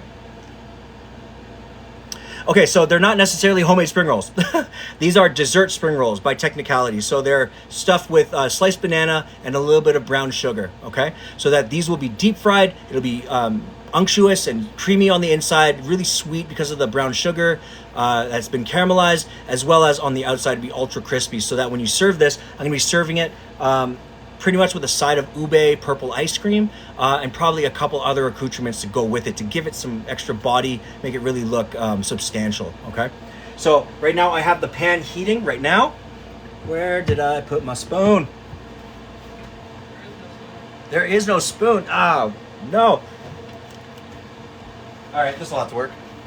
So since this oil is already hot, I'm just gonna go ahead and just put enough oil to lightly cover the bottom. Because again, you don't want to fully submerge the potatoes, because to me it's important that the potatoes themselves are allowed to crisp in a way that isn't like saturating or like absorbing all that fat.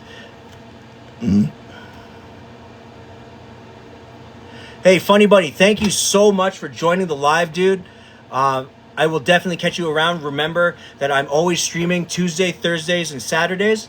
And if you want to see the final plate, I always take video and photos of my stuff at the end of all my streams or after the streams are done. And I always post them on my page, okay? Hey, how you doing, buddy?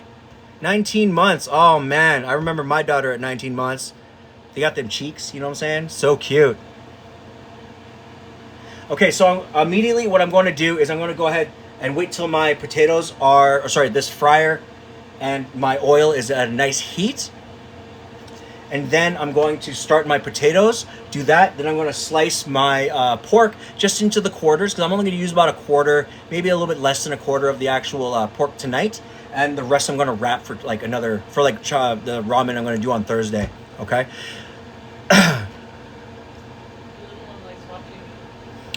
Yeah, she does.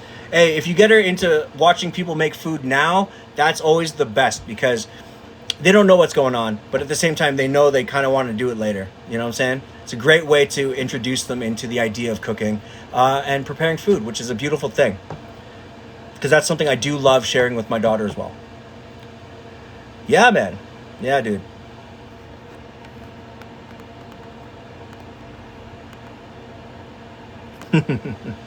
Okay. So that is coming to a nice heat. Give it a quick test. Yeah, you'll see it hit that little bit of fry. What I'm waiting for is it to go a little bit more rapid. And I do have my pan set at about a 5. Okay, so once that goes in, I'm gonna go ahead and start my pork in a second. Okay. And does it move freely? Yes, it does. Perfect. Again, when you're doing fried potatoes and you want to do a crispy fried potato, I still highly recommend use a non-stick pan. So much easier. You use less oil, but it's guaranteed that when you flip it, what do you call it? Oh, absolutely. Valentine's Day is always a day where you just have just high quality foods. I do go out of my way if I can to do those meals. Unfortunately, it's one of those, like, now that I'm a stay-at-home dad, I can do a better meal. Because unfortunately, most Valentine's days, especially when you work at a restaurant as a chef, you don't never get them. So I always try to do something as the best that I can, you know what I'm saying, on the day.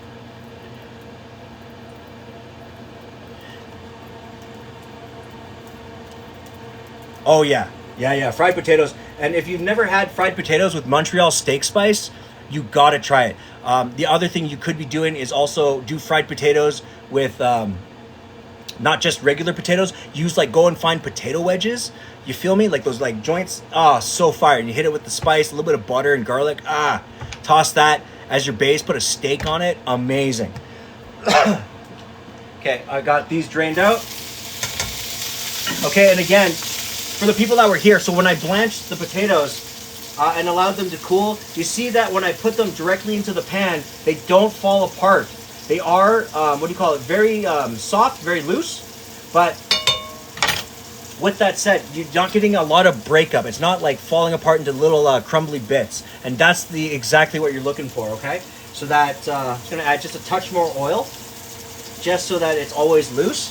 And for something like this, what I like to do is don't move the potatoes right away, right? This also kind of helps encourage the Maillard effect on the bottom. So you're just trying to sear the bottom as best that you can so that when you do start flipping them, they are stable on one side, right? So when you start flipping it, then the stability will then start building after that. So you're building walls. So it's like one wall, two walls, right? Top and bottom. So that's the real key when you're going to be doing fried potatoes, especially from scratch. And again, as an addition, like I said, I said at the beginning of the live, a lot of people do not have a lot of the time to like boil the potatoes, or they couldn't be bothered. And I respect that. Lance, I'll tell you in a second, brother.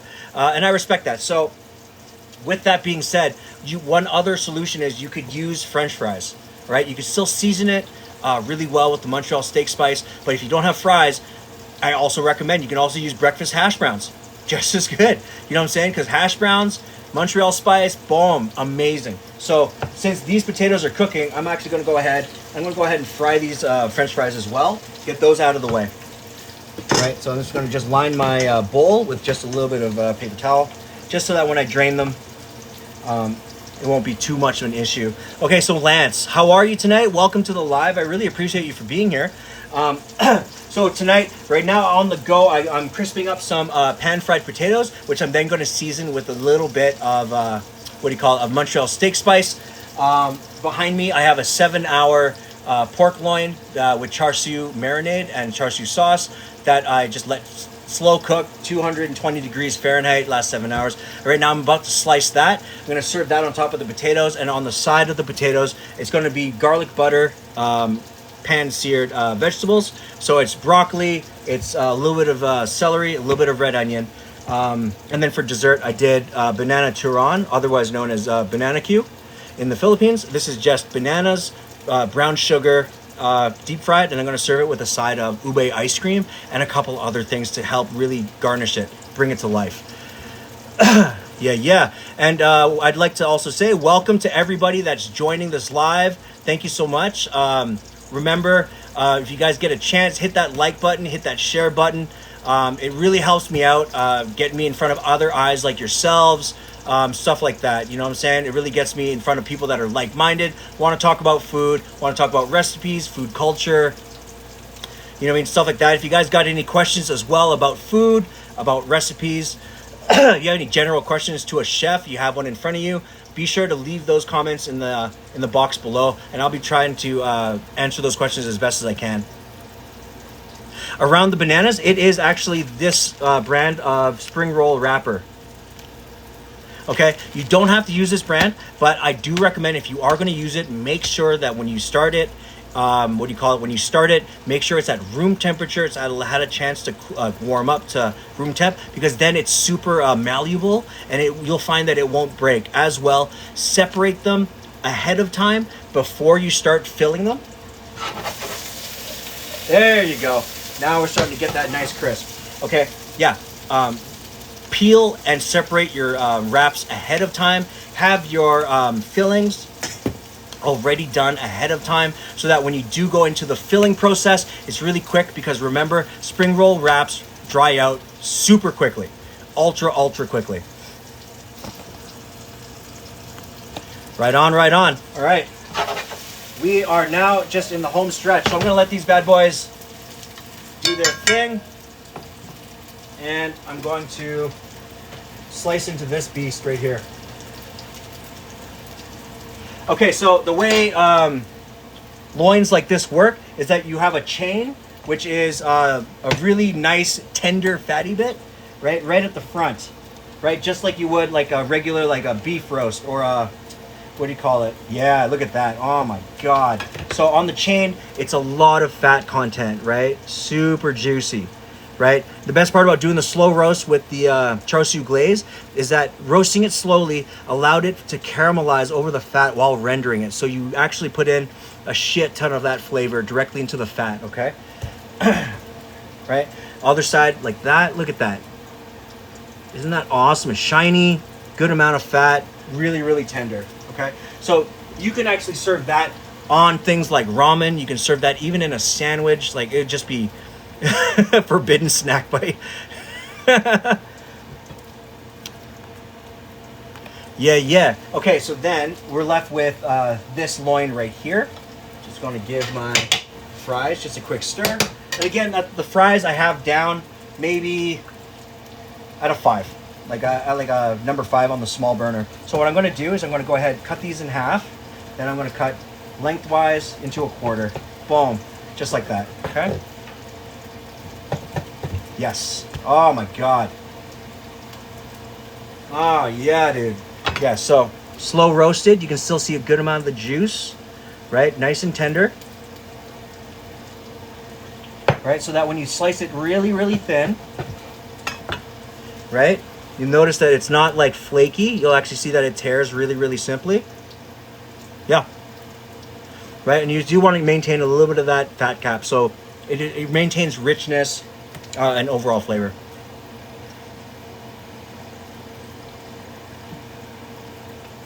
Lucian, thank you. Yeah.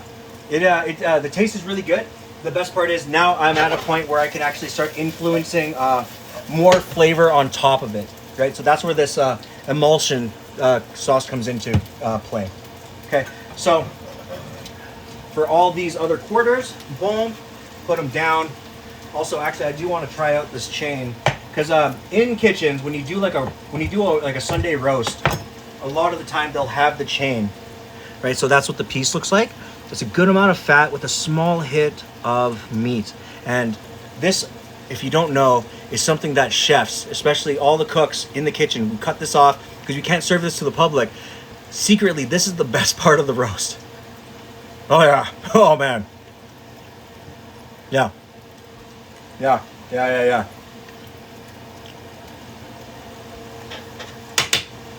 Okay. So I got these crinkle cut fries. They're pretty much crispy. Perfect. Just gonna pull them out as such. Right, and my potatoes are about 60% all the way there. And they're already cooked, they're already fluffy on the inside. Like I said, what I'm trying to encourage is a good crispy texture on the outside, much like a potato chip. So the outside puffs, while the inside souffles a little bit and becomes really, really buttery, really, really pillow-like. Okay. Anna wants to know why that end cap can't be served to the public. It can't be served to the public because of the amount of fat content. How do I explain it? It's just, to normal people, it's just not appealing.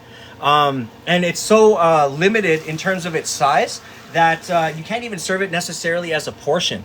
And you can't save it for any other portioning. Like, I would love to be able to make sandwiches out of that thing, but there really isn't enough. It's the same thing as like when we used to cut turkeys at the restaurant. One of my old restaurants that we used to run here in the city, this was 2011, 2012. It was one of the bigger restaurants in the city on our main strip. We used to serve Christmas dinner, and it was a turkey, stuffing, all the fixins, right?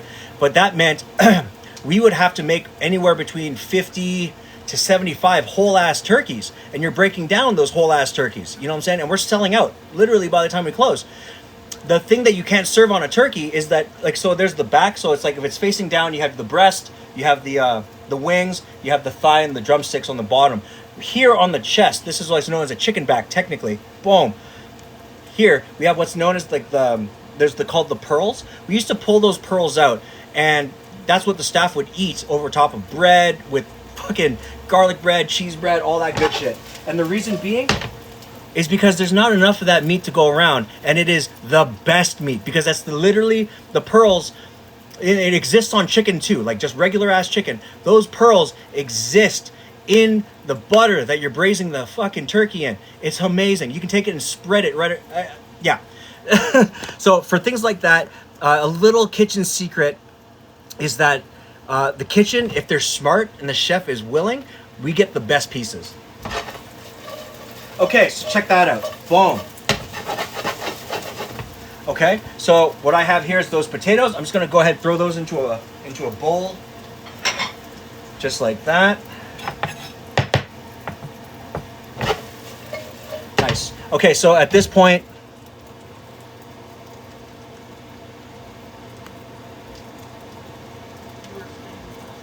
what pearls? Okay, so in restaurant culture, or sorry, in like when you break down a chicken or a turkey, the pearls.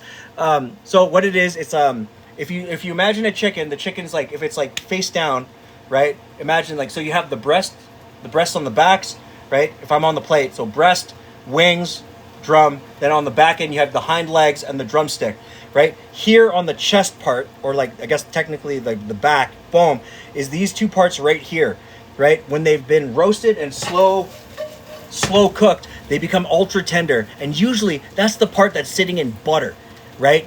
That's why it's fire, because then you can pull those and they're like the most tender, best part about chicken, turkey, any type of poultry. Okay, so in the pan right now, I have it still on medium heat, and they are starting to get this gorgeous crispy coating on the outside. Where's a really good piece? Here we go. Yeah, notice that, right? So you get this really nice golden brown overall, very, very nice, crunchy, right? And then you squeeze it, and it's gorgeous and soft on the inside, okay? Right? Like, look at that color, right? Look at that. Oh my God. Yeah, right? Nice, gorgeous. So at this point, what I'm going to do is, it doesn't have to be crispy all the way. Lisa, the thing is, my wife doesn't necessarily like to cook. She does all the baking in the house. I don't bake because I suck at it. So when she does things like cookies, muffins, cupcakes, she's amazing at bread and different types of doughs. So we technically, if she decides to bake or she has the time to do so, that's what we share, is that like she'll show me how to bake and I'll do a lot of the cooking in the house.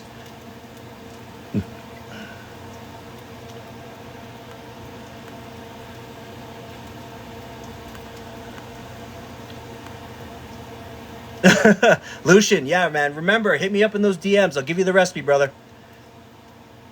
Yeah. Okay, so at this point, I have all my potatoes almost finished, right? There's still a bit of oil in the pan, so I'm going to hit it with just a little bit of this Montreal steak spice. Boom. Right? Give it a stir in the pan. Nothing too crazy. All right? Then I'm going to go ahead and just empty it into a bowl for holding. So it's always best to not necessarily serve your potatoes like this immediately to anybody, right? It's just like deep frying a pickle, right? Because, I mean, it's piping hot, it's crispy, all that stuff. You bite into it, it's fucking napalm. So we're just going to hold on to that bad boy right there. Let that do its thing. All right, so I got my pork right here. So I'm going to let that just ride and rest. In the pan, I'm just going to go ahead with another small hit of oil. Right? The oil essentially, because I still have a bit of the seasoning on the inside. I wanted that on purpose, just so I don't have to add any salt.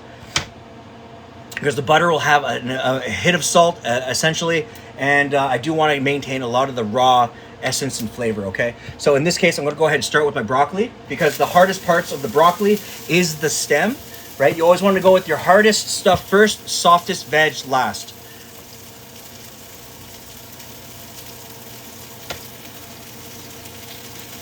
Oh man, smell-o-vision would be fucking crazy. It was so fire.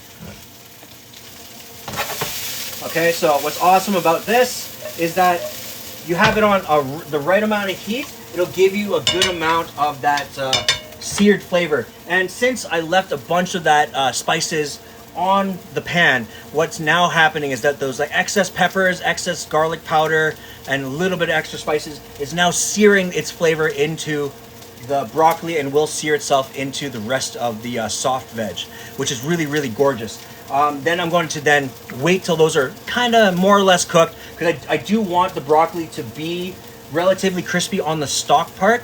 The, what do you call it, the floret part can be pretty soft, but I do want that to take on a good amount of char. Lucian, thank you so much for that, man. I really appreciate that. And yeah, I've been told so many times that a lot of people are just like, yeah, you take a teaching role, and I'm just going to embrace that. That's something I really like doing, man. I really love encouraging people to cook food for themselves, right? Be self-sustainable. It's really important to me, because again, those are essential skills that I think you can, everyone needs, but it's something that we can share. You know, you can go from here to anywhere else in the world, share your food with another person, and it's a gorgeous thing. Do I know what branching is? Branching? No, I've never heard of that. I don't think, at least. There you go. Oh, yeah. Check that out. Where did I see that char? There we go.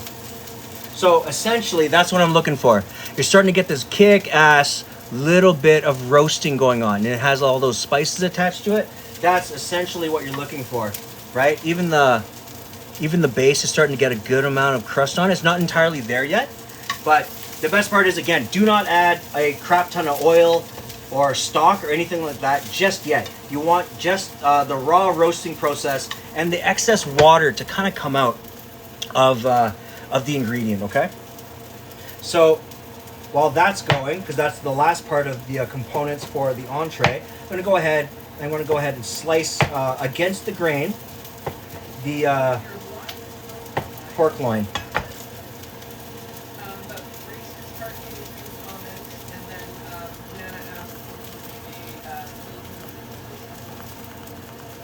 Lucian, thanks so much for the comments, bro. I really appreciate it, man. I love doing this. Racer, yeah. She does support me, though. She does support me in every which way, anything that I do. You know what I mean?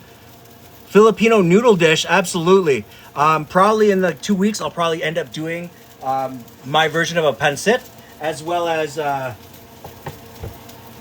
probably do like a pancit, and then I'll probably do like a pancit canton, and I'll probably end up doing there's another dish, damn, I can't remember what it's called right now. Like an adobo to go with that.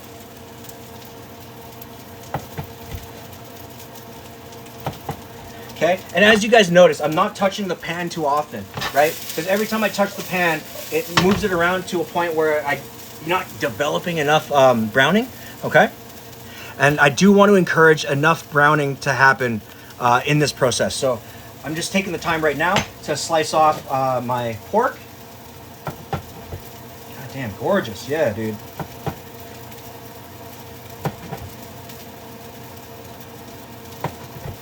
Okay.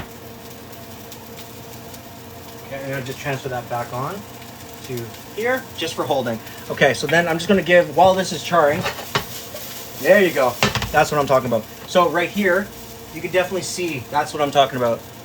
See that? Okay, for temperature, I have the temperature on the broccoli at about a 5 on the large burner. And Sexy, thank you so much for the follow. I really appreciate you for being here. Welcome. Yeah, and Lisa, thank you so much for the follow as well. I appreciate you for being here. Thanks for the likes. Okay, yeah, so now I'm starting to get a good amount of char on these. This is a good point to now throw in the rest of the veg, okay? So at this point, all of the water content is going to leak out just a little bit from this, and it's going to give me a lot of that, it's going to impart some of that char flavor. So while that's doing, I'm going to very quickly wash my cutting board. So I'm going to need that guy in a second here.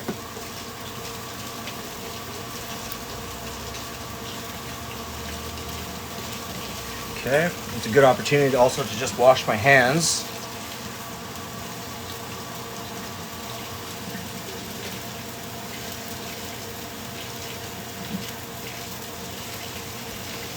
Beautiful. Haha! Okay, and you guys notice that I literally didn't touch that pan yet, right? Okay, and the reason being is because as it's cooking on top of the broccoli, all that steam is actually loosening up and warming the ingredients. So now at this point, I'm going to get all those ingredients down to the bottom of the pan. I mean, not all of it, but for the most part, boom, just like that. All right. Okay, just like that. And at this point too, I'm going to add in just a small hit of oil. Nice. Boom. And I'm going to give it a small splash of sesame oil. You don't need a crazy amount. Remember, it's very strong.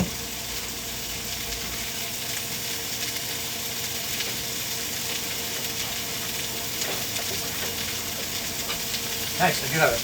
Okay, and then In this case, I'm actually going to add in just a touch of ginger paste that I have left over, right? Because why not? Right? A little bit of garlic paste. Again, something that I have left over, which is really, really nice. You don't need a crazy amount, but just it has to be enough to actually, when you spread it through, it'll what do you call it? Really bring it to life. Okay.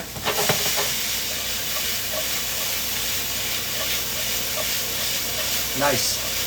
And since your pan is nice and warm, when you put your ginger paste in, your garlic paste in, it'll be enough heat that it actually will just separate and spread very evenly across the pan.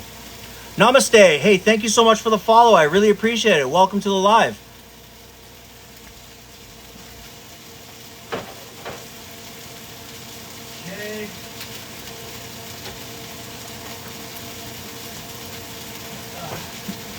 Okay. So now at this point, everything is starting to take on a good amount of clarity and a bit of color. I'm going to go ahead and turn it down to a 3, right? Because this will start to help slow it down. And then I'm going to add in roughly about 2 tablespoons of butter to it. Okay. And leave it on the edge just like that, right? Let that melt naturally, right? You don't want to scald it. You don't want to take on too much brown butter flavor, okay? Oh yeah. Selena, thank you so much for the follow. I appreciate it. How are you guys this evening? How's your Saturdays? Oh man. Hey, thank you guys for the compliments. I really appreciate it. You know, I really try my best to make sure. Well, of course. Ibrahim, you're welcome for the recipes, of course. If you have any other questions, you know where to find me. Heap of cheap. Hey, thanks for the follow. I appreciate it. Again, guys, just a real quick reminder, if you guys have any questions about food or you want to find out more things about recipes or how to hack recipes, you can go ahead and leave those questions down below in the comments. As well, if you have questions on the fly and I'm not on the live, by all means, hit me with a DM as well. I can try to answer your questions as soon as humanly possible. Obviously, like, I'm going to try to do it within the time that I have, because I am still a little bit busy, but at the end of the day, I'm more than happy to accommodate any questions that you do have. And if you guys can, if you have the time, go ahead, hit that like button for me, hit the share button for me. It really goes the distance, and I really appreciate it if you guys did that. What am I making exactly tonight? Okay.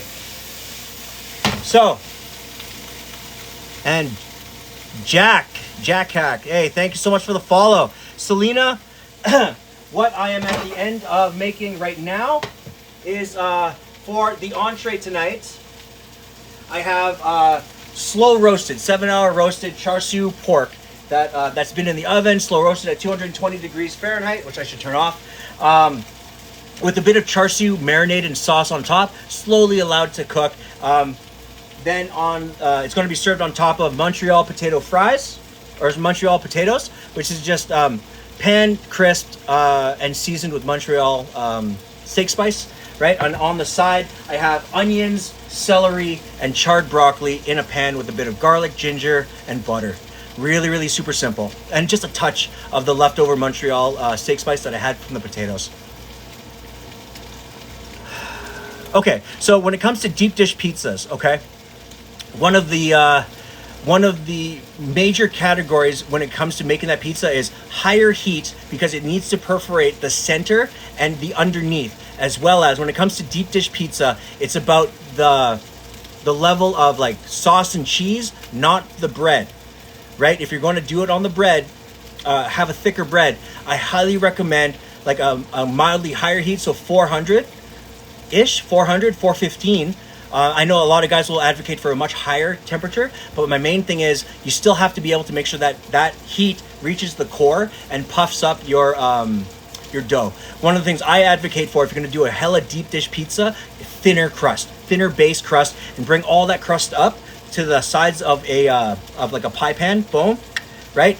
So then you have like a good thick layer, add all your sauce, your cheese, your toppings, more sauce, more cheese, layer that, and then throw that motherfucker into the oven, okay? Right? Because if you have a thinner crust, it guarantees a much more thorough bake, okay? The cheese might sink a little bit, and you'll get like but you'll still have a dense ass pizza. You feel me?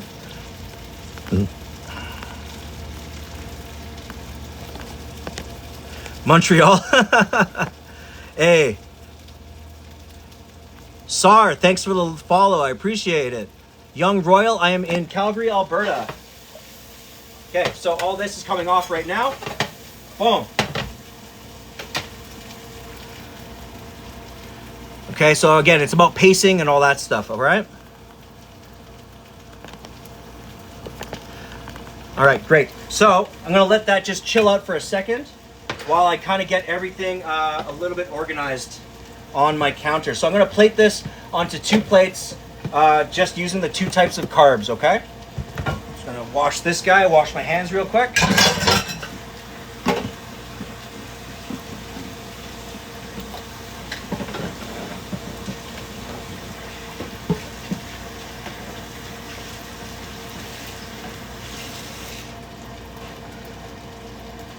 Okay, beautiful. I'm gonna dry this motherfucker off real quick.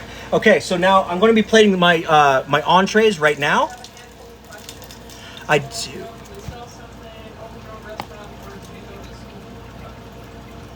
I have thought about opening a restaurant. Unfortunately, the downside about opening a restaurant is it's kind of a lost leader if you don't know how to do it correctly. I don't know how to necessarily run a restaurant that to be profitable. That's why I've never thought about it. I did consider a food truck or a food stall, but I'm more into doing this, interacting with people, teaching them about food, and really upping everybody's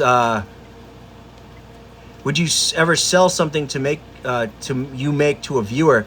I mean, yeah. I mean, if y'all know, like if y'all live in Calgary, I'd be happy to sell my food, you know? But the thing is, if you're also in Calgary, I also do private cooking classes and stuff like that. I'm really accessible in that way. William, hello. How are you? How's your Saturday? Where did I learn to cook? I actually did this. I did the School of Hard Knocks. I started as a dishwasher when I was 13, and then I was offered the ability to go into prepping and doing line work, like line cooking and stuff like that, like the deep fryer, making salads, doing garde manger, stuff like that when I turned 15. So as well, while that's resting, and I'm going to start plating up the entrees, I'm going to go ahead with the Turon. I'm going to give a quick tester. Again, guys, if you haven't worked with frying oil or are starting to learn with fryer oil, the secret to making sure that we don't hurt ourselves, again, this is something I completely advocate for, is that when you put it into the pan, you put it closest to you, and then when you let it go, away from you. Okay? That way. So even if it does splash, it's that way. All right? Anything that splashes to you could potentially burn your hands, stuff like that. I've already gone through that, so I'm telling you, so you don't have to, okay?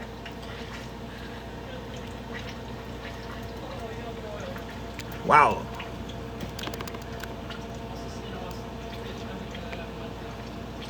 Yeah, hands-on experience is pretty hardcore. Selena, yeah, I've been to Montreal. I haven't been in so long, to be honest with you. Yo, catch a flight to Calgary, dude.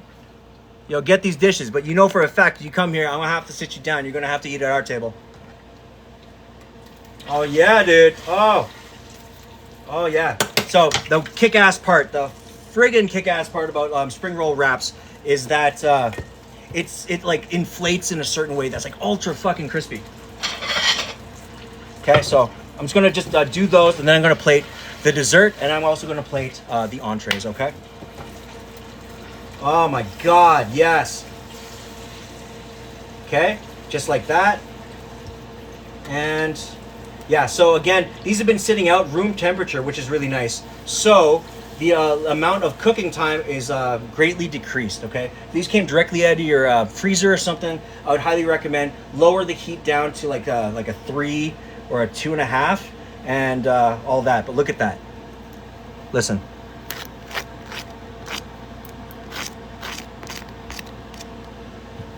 Okay? Kick ass. Oh yeah. So I'm gonna go ahead with the rest of these guys. That's a good amount of color. What I'm really looking for is I'm going to try to add the rest of the 4 that's in here. I'm going to just place them in without overflowing it, obviously, like an idiot. Okay, then I'm going to go ahead and pull those out in a second. I'm going to go ahead and start on dinner plating.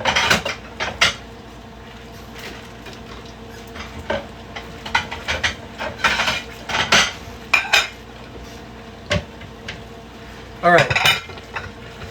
So, what I do kind of want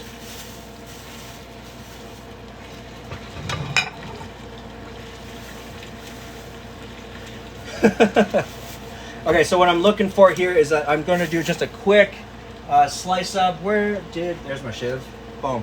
Okay, so I'll do a quick slice up of some green onions because, again, green onions, pork, and anything that's kind of like savory sweet on the plate is a great complement. So green onion helps fit that category because, again, guys, if you guys are going to plate any food for your friends and you really want that hit of green for your garnish, one of the things I recommend is things that are edible.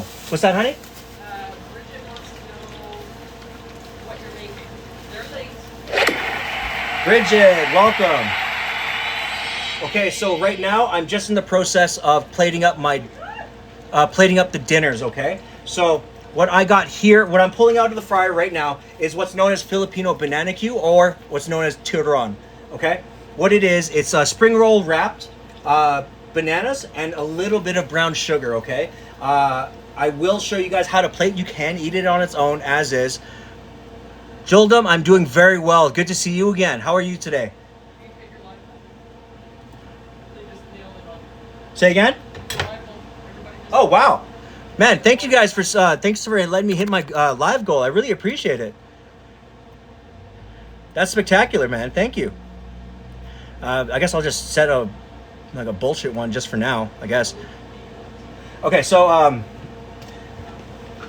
wow, I can't believe we did it. Okay, so I got a little bit of thin sliced green onions for my garnish. Now I'm done with my deep fried Turon, right? So now it's crispy, right? Has a good amount of density, and it was just long enough to allow for that brown sugar on the inside to actually become more like a caramel. Okay. So now for dinner tonight, greasy ass hands. Okay, so for dinner tonight, I'm going to start with these. So I'm also going to do it on fries as well, but you'll see how that works out. So the way this always works, guys, when you guys do any type of plating, especially for friends, take the extra 30 seconds to plate it. Okay. So yeah, these plates are dope. My girl picked these up and they're amazing. Adam, thank you so much for joining the live, dude. How are you this evening? So right now I'm actually in the process of plating up dinner. So right now I have these are my Montreal Spiced pan-fried potatoes. Okay. I'm just putting a base of this on right now.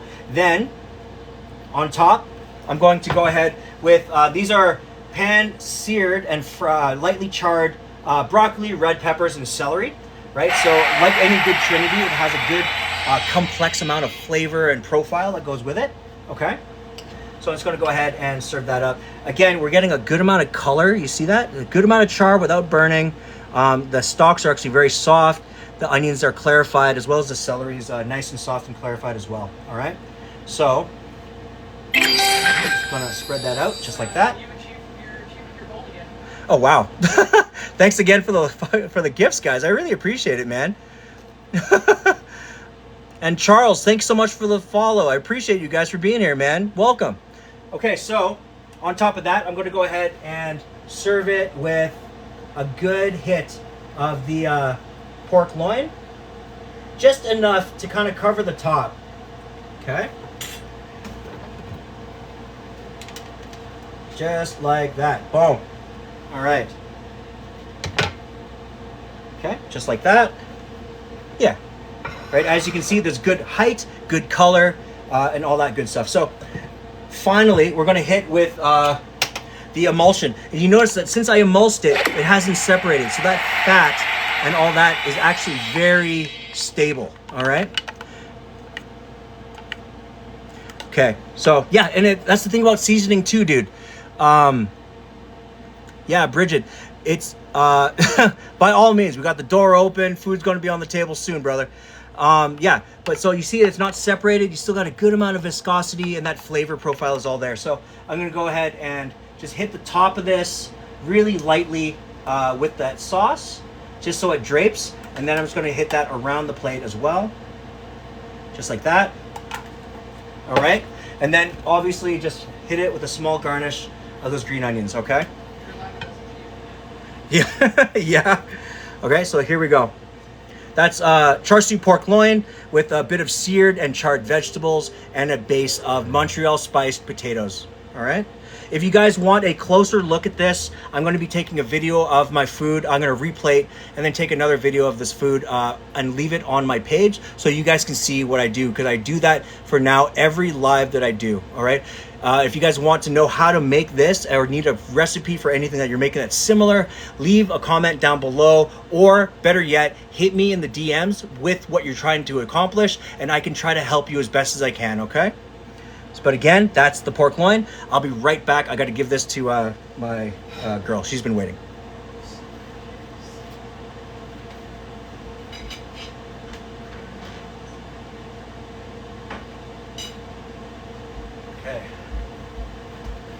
Okay. Yes. And yes, I do have an Instagram, sir. I do have an Instagram, but I don't post a lot of my dishes on there. I do mostly like my personal stuff, so like me and my kid, or I do my magic or stuff like that. But if you do want to see any of the dishes that I am doing on here and posting, you could go to my my TikTok page. It will have a link to my my Instagram, as well as on my YouTube. I do have previous like tutorial stuff and other videos that do involve food, but from many years ago. So I'm trying to up my game and really become a little bit better in that realm of creating just creating better food profiles. I do, yes. You can find my YouTube channel on my TikTok page. There should be a link there. Just go ahead, click that, and you'll find it, okay? Don't make fun of me. My videos are very old. Well, they're not old as much as they are dated. Hey, thanks for the follow. I appreciate it, you guys. Okay, so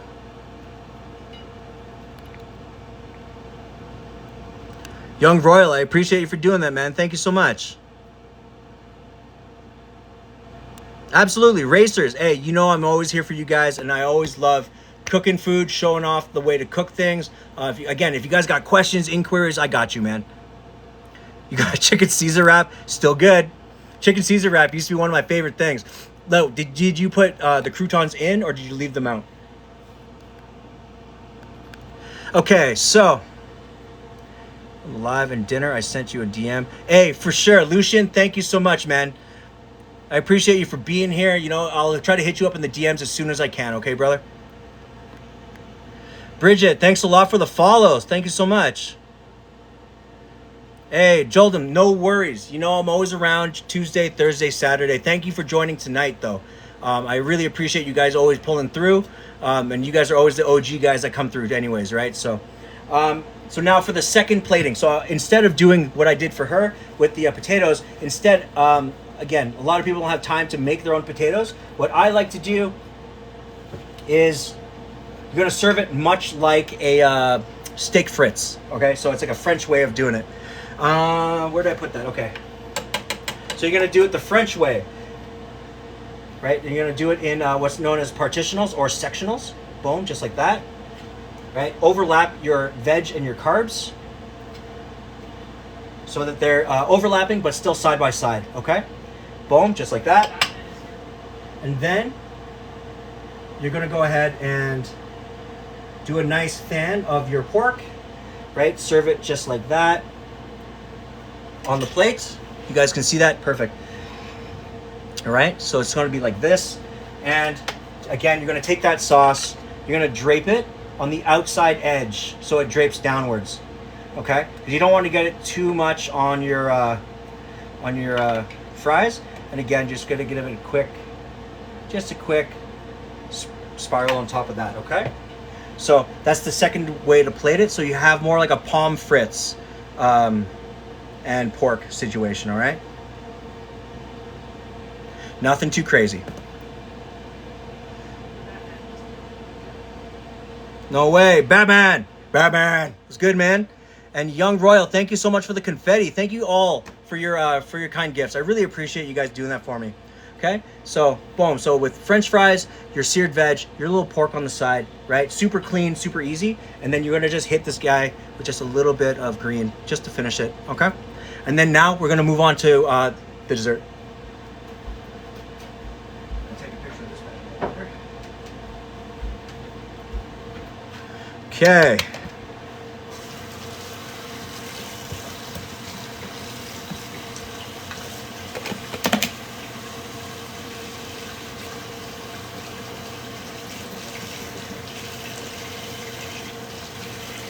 Okay, wicked. So for the dessert, what I've always loved was that, like, if you go back home to the Philippines or you go anywhere that's like Indonesia, Malaysia, you got similar stuff like this. What kind of green? In this case, I love green onion and pork as a pairing. So like I always say, when you're going to garnish anything, don't just use parsley. Use something that is completely edible and really adds a little extra element to your plate. Okay? FOMO, hey. I appreciate that, man. Salt Bay with the green onions. Terry, thank you so much for the follow. I really appreciate you guys for being here, man. All right, so next we're going to work on that dessert. All right, very simply. Okay, so now I got all these guys right here. I'm going to come back to that in a second. What I do kind of want on the plate is what I like is to have dimensional colors. Okay, so what that means is that since this is with banana with a little bit of brown sugar,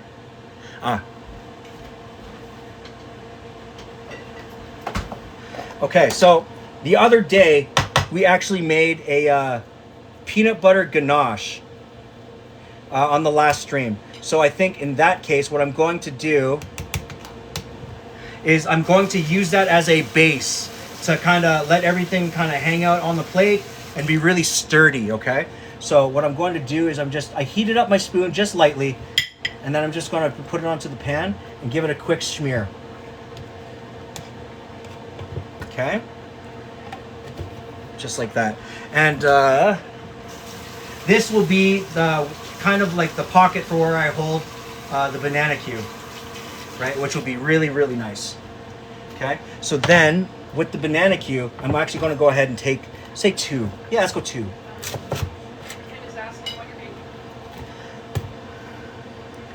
What am I making? Okay, so what you missed was that I just plated up.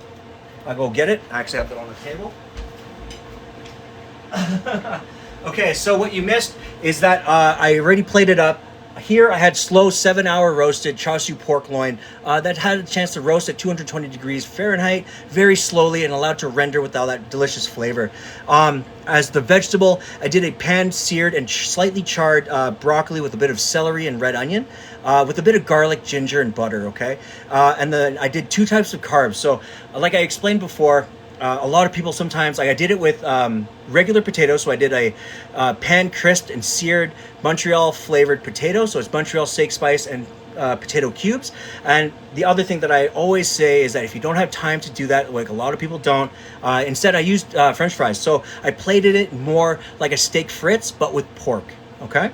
And then on top, I did an emulsion of the drippings with a bit of garlic hoisin sauce, gochujang, chili paste, a little bit of honey, and a little bit of dark sesame oil. All right. Right now, I'm just in the process of now doing the Turon, which is the banana Q. It's a Filipino dessert spring rolls. It's just filled with bananas and brown sugar. All right. Let's do this. Let's do this thing. So you see, I have a nice smear on the base of this plate. Okay. What I'm looking for is that this is the more shallow part. This side is the thicker part. So if that's the case, what I'm going to do is I'm actually just going to layer these guys like that, okay? And then on the side, so that when it sits in that peanut butter ganache, okay? Very, very kind of, very stable, all right? Bourbon, oh yeah, oh hell yeah, I have. Because one of my favorite things is, what do you call it? It's not croque madame. It's crepe Suzette. I really love things like that.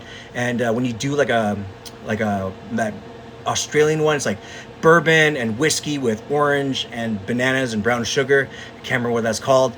Amazing. I love that on crepes.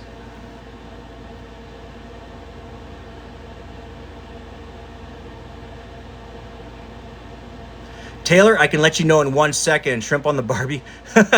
Welcome everybody that's new. I appreciate you guys for being here. Zen Pin, thank you so much for the live follow, dude. Okay, so on the plate right here, I'll tell you guys what I'm doing as a follow-up.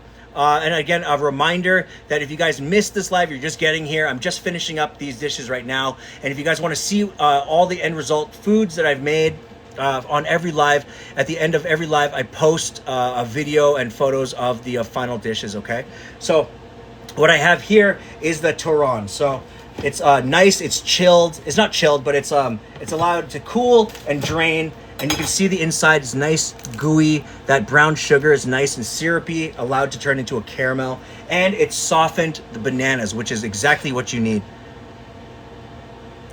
Hey, Chef Nate, thank you so much for saying that, bro. I'm just trying to work on it, you know what I mean? That's why you drill on these things day in, day out, baby.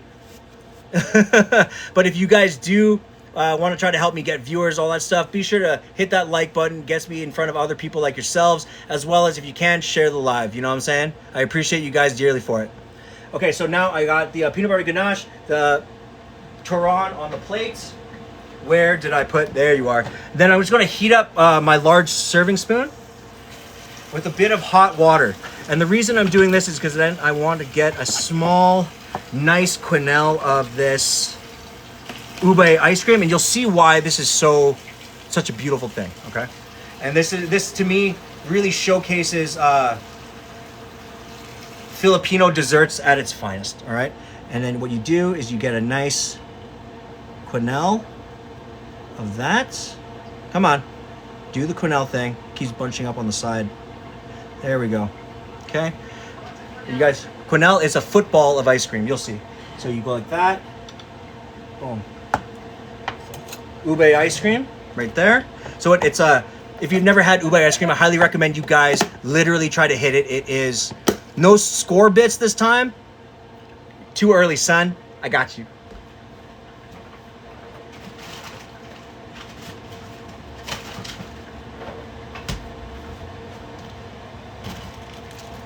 All right, for my man, Chef Nate. Just a little of that going on right there, right? Again, when it comes to ube ice cream, it's the flavor profile is a mixture of like vanilla. It has slight hits of hazelnut. It's a beautiful, beautiful thing. Okay. Okay. Give that a quick push in. Boom, just like that. And then what I kind of like to do, just on the plate, I don't actually like running it through, in this case, through like a sieve or anything like that. I'll just crush it with my fingers, right? You dip your fingers that are clean into powdered sugar, and you just give it just a little bit of the powdered sugar on top, all right? Something not too crazy. You can use like a fine mesh sieve, one of those little guys for straining, and then tap it in. In this case, I really wanted it to be more or less rustic and like that. So, right? Turon, otherwise known as banana Q, right? Peanut butter ganache and ube ice cream as a finish, okay? Boom. Gorgeous. I'll be right back. I'm just gonna give this to my girl because she's also been waiting.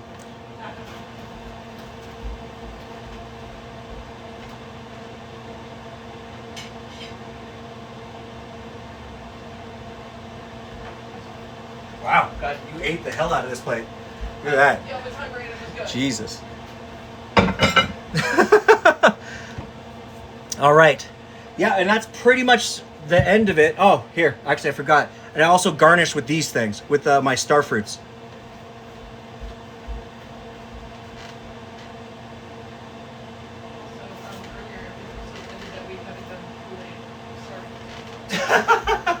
Maybe I'll do that for next time. I'll do that for Tuesday. Kool-Aid star fruits as a nice garnish.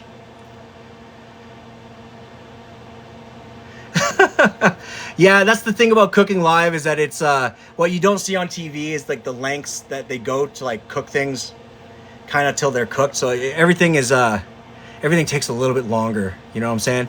But anyways, guys, that's pretty much it for the meals today. Again, if you guys want to know what the final plates look like up close, stuff like that, you can find them later posted on my TikTok page. So if you haven't already, go ahead, click the follow button, hit up those likes as well. And every time that you see one of my scheduled events, be sure to go ahead, schedule yourself in, reserve a spot, you know what I mean, pull up some fucking snacks, and we'll just start cooking, all right? Yes, 100%. Chef Nate, I do love me. I'm not a fanboy or nothing, but I do love me some good fucking cinnamon.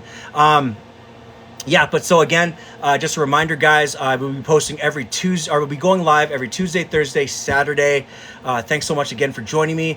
If you guys have any questions, comments, you want to see something in the future, don't be afraid to leave me a DM. I'd be more than happy to accommodate, help you guys out with any recipe or anything like that. Ideas. I am Asian. I'm Asian. I'm Filipino.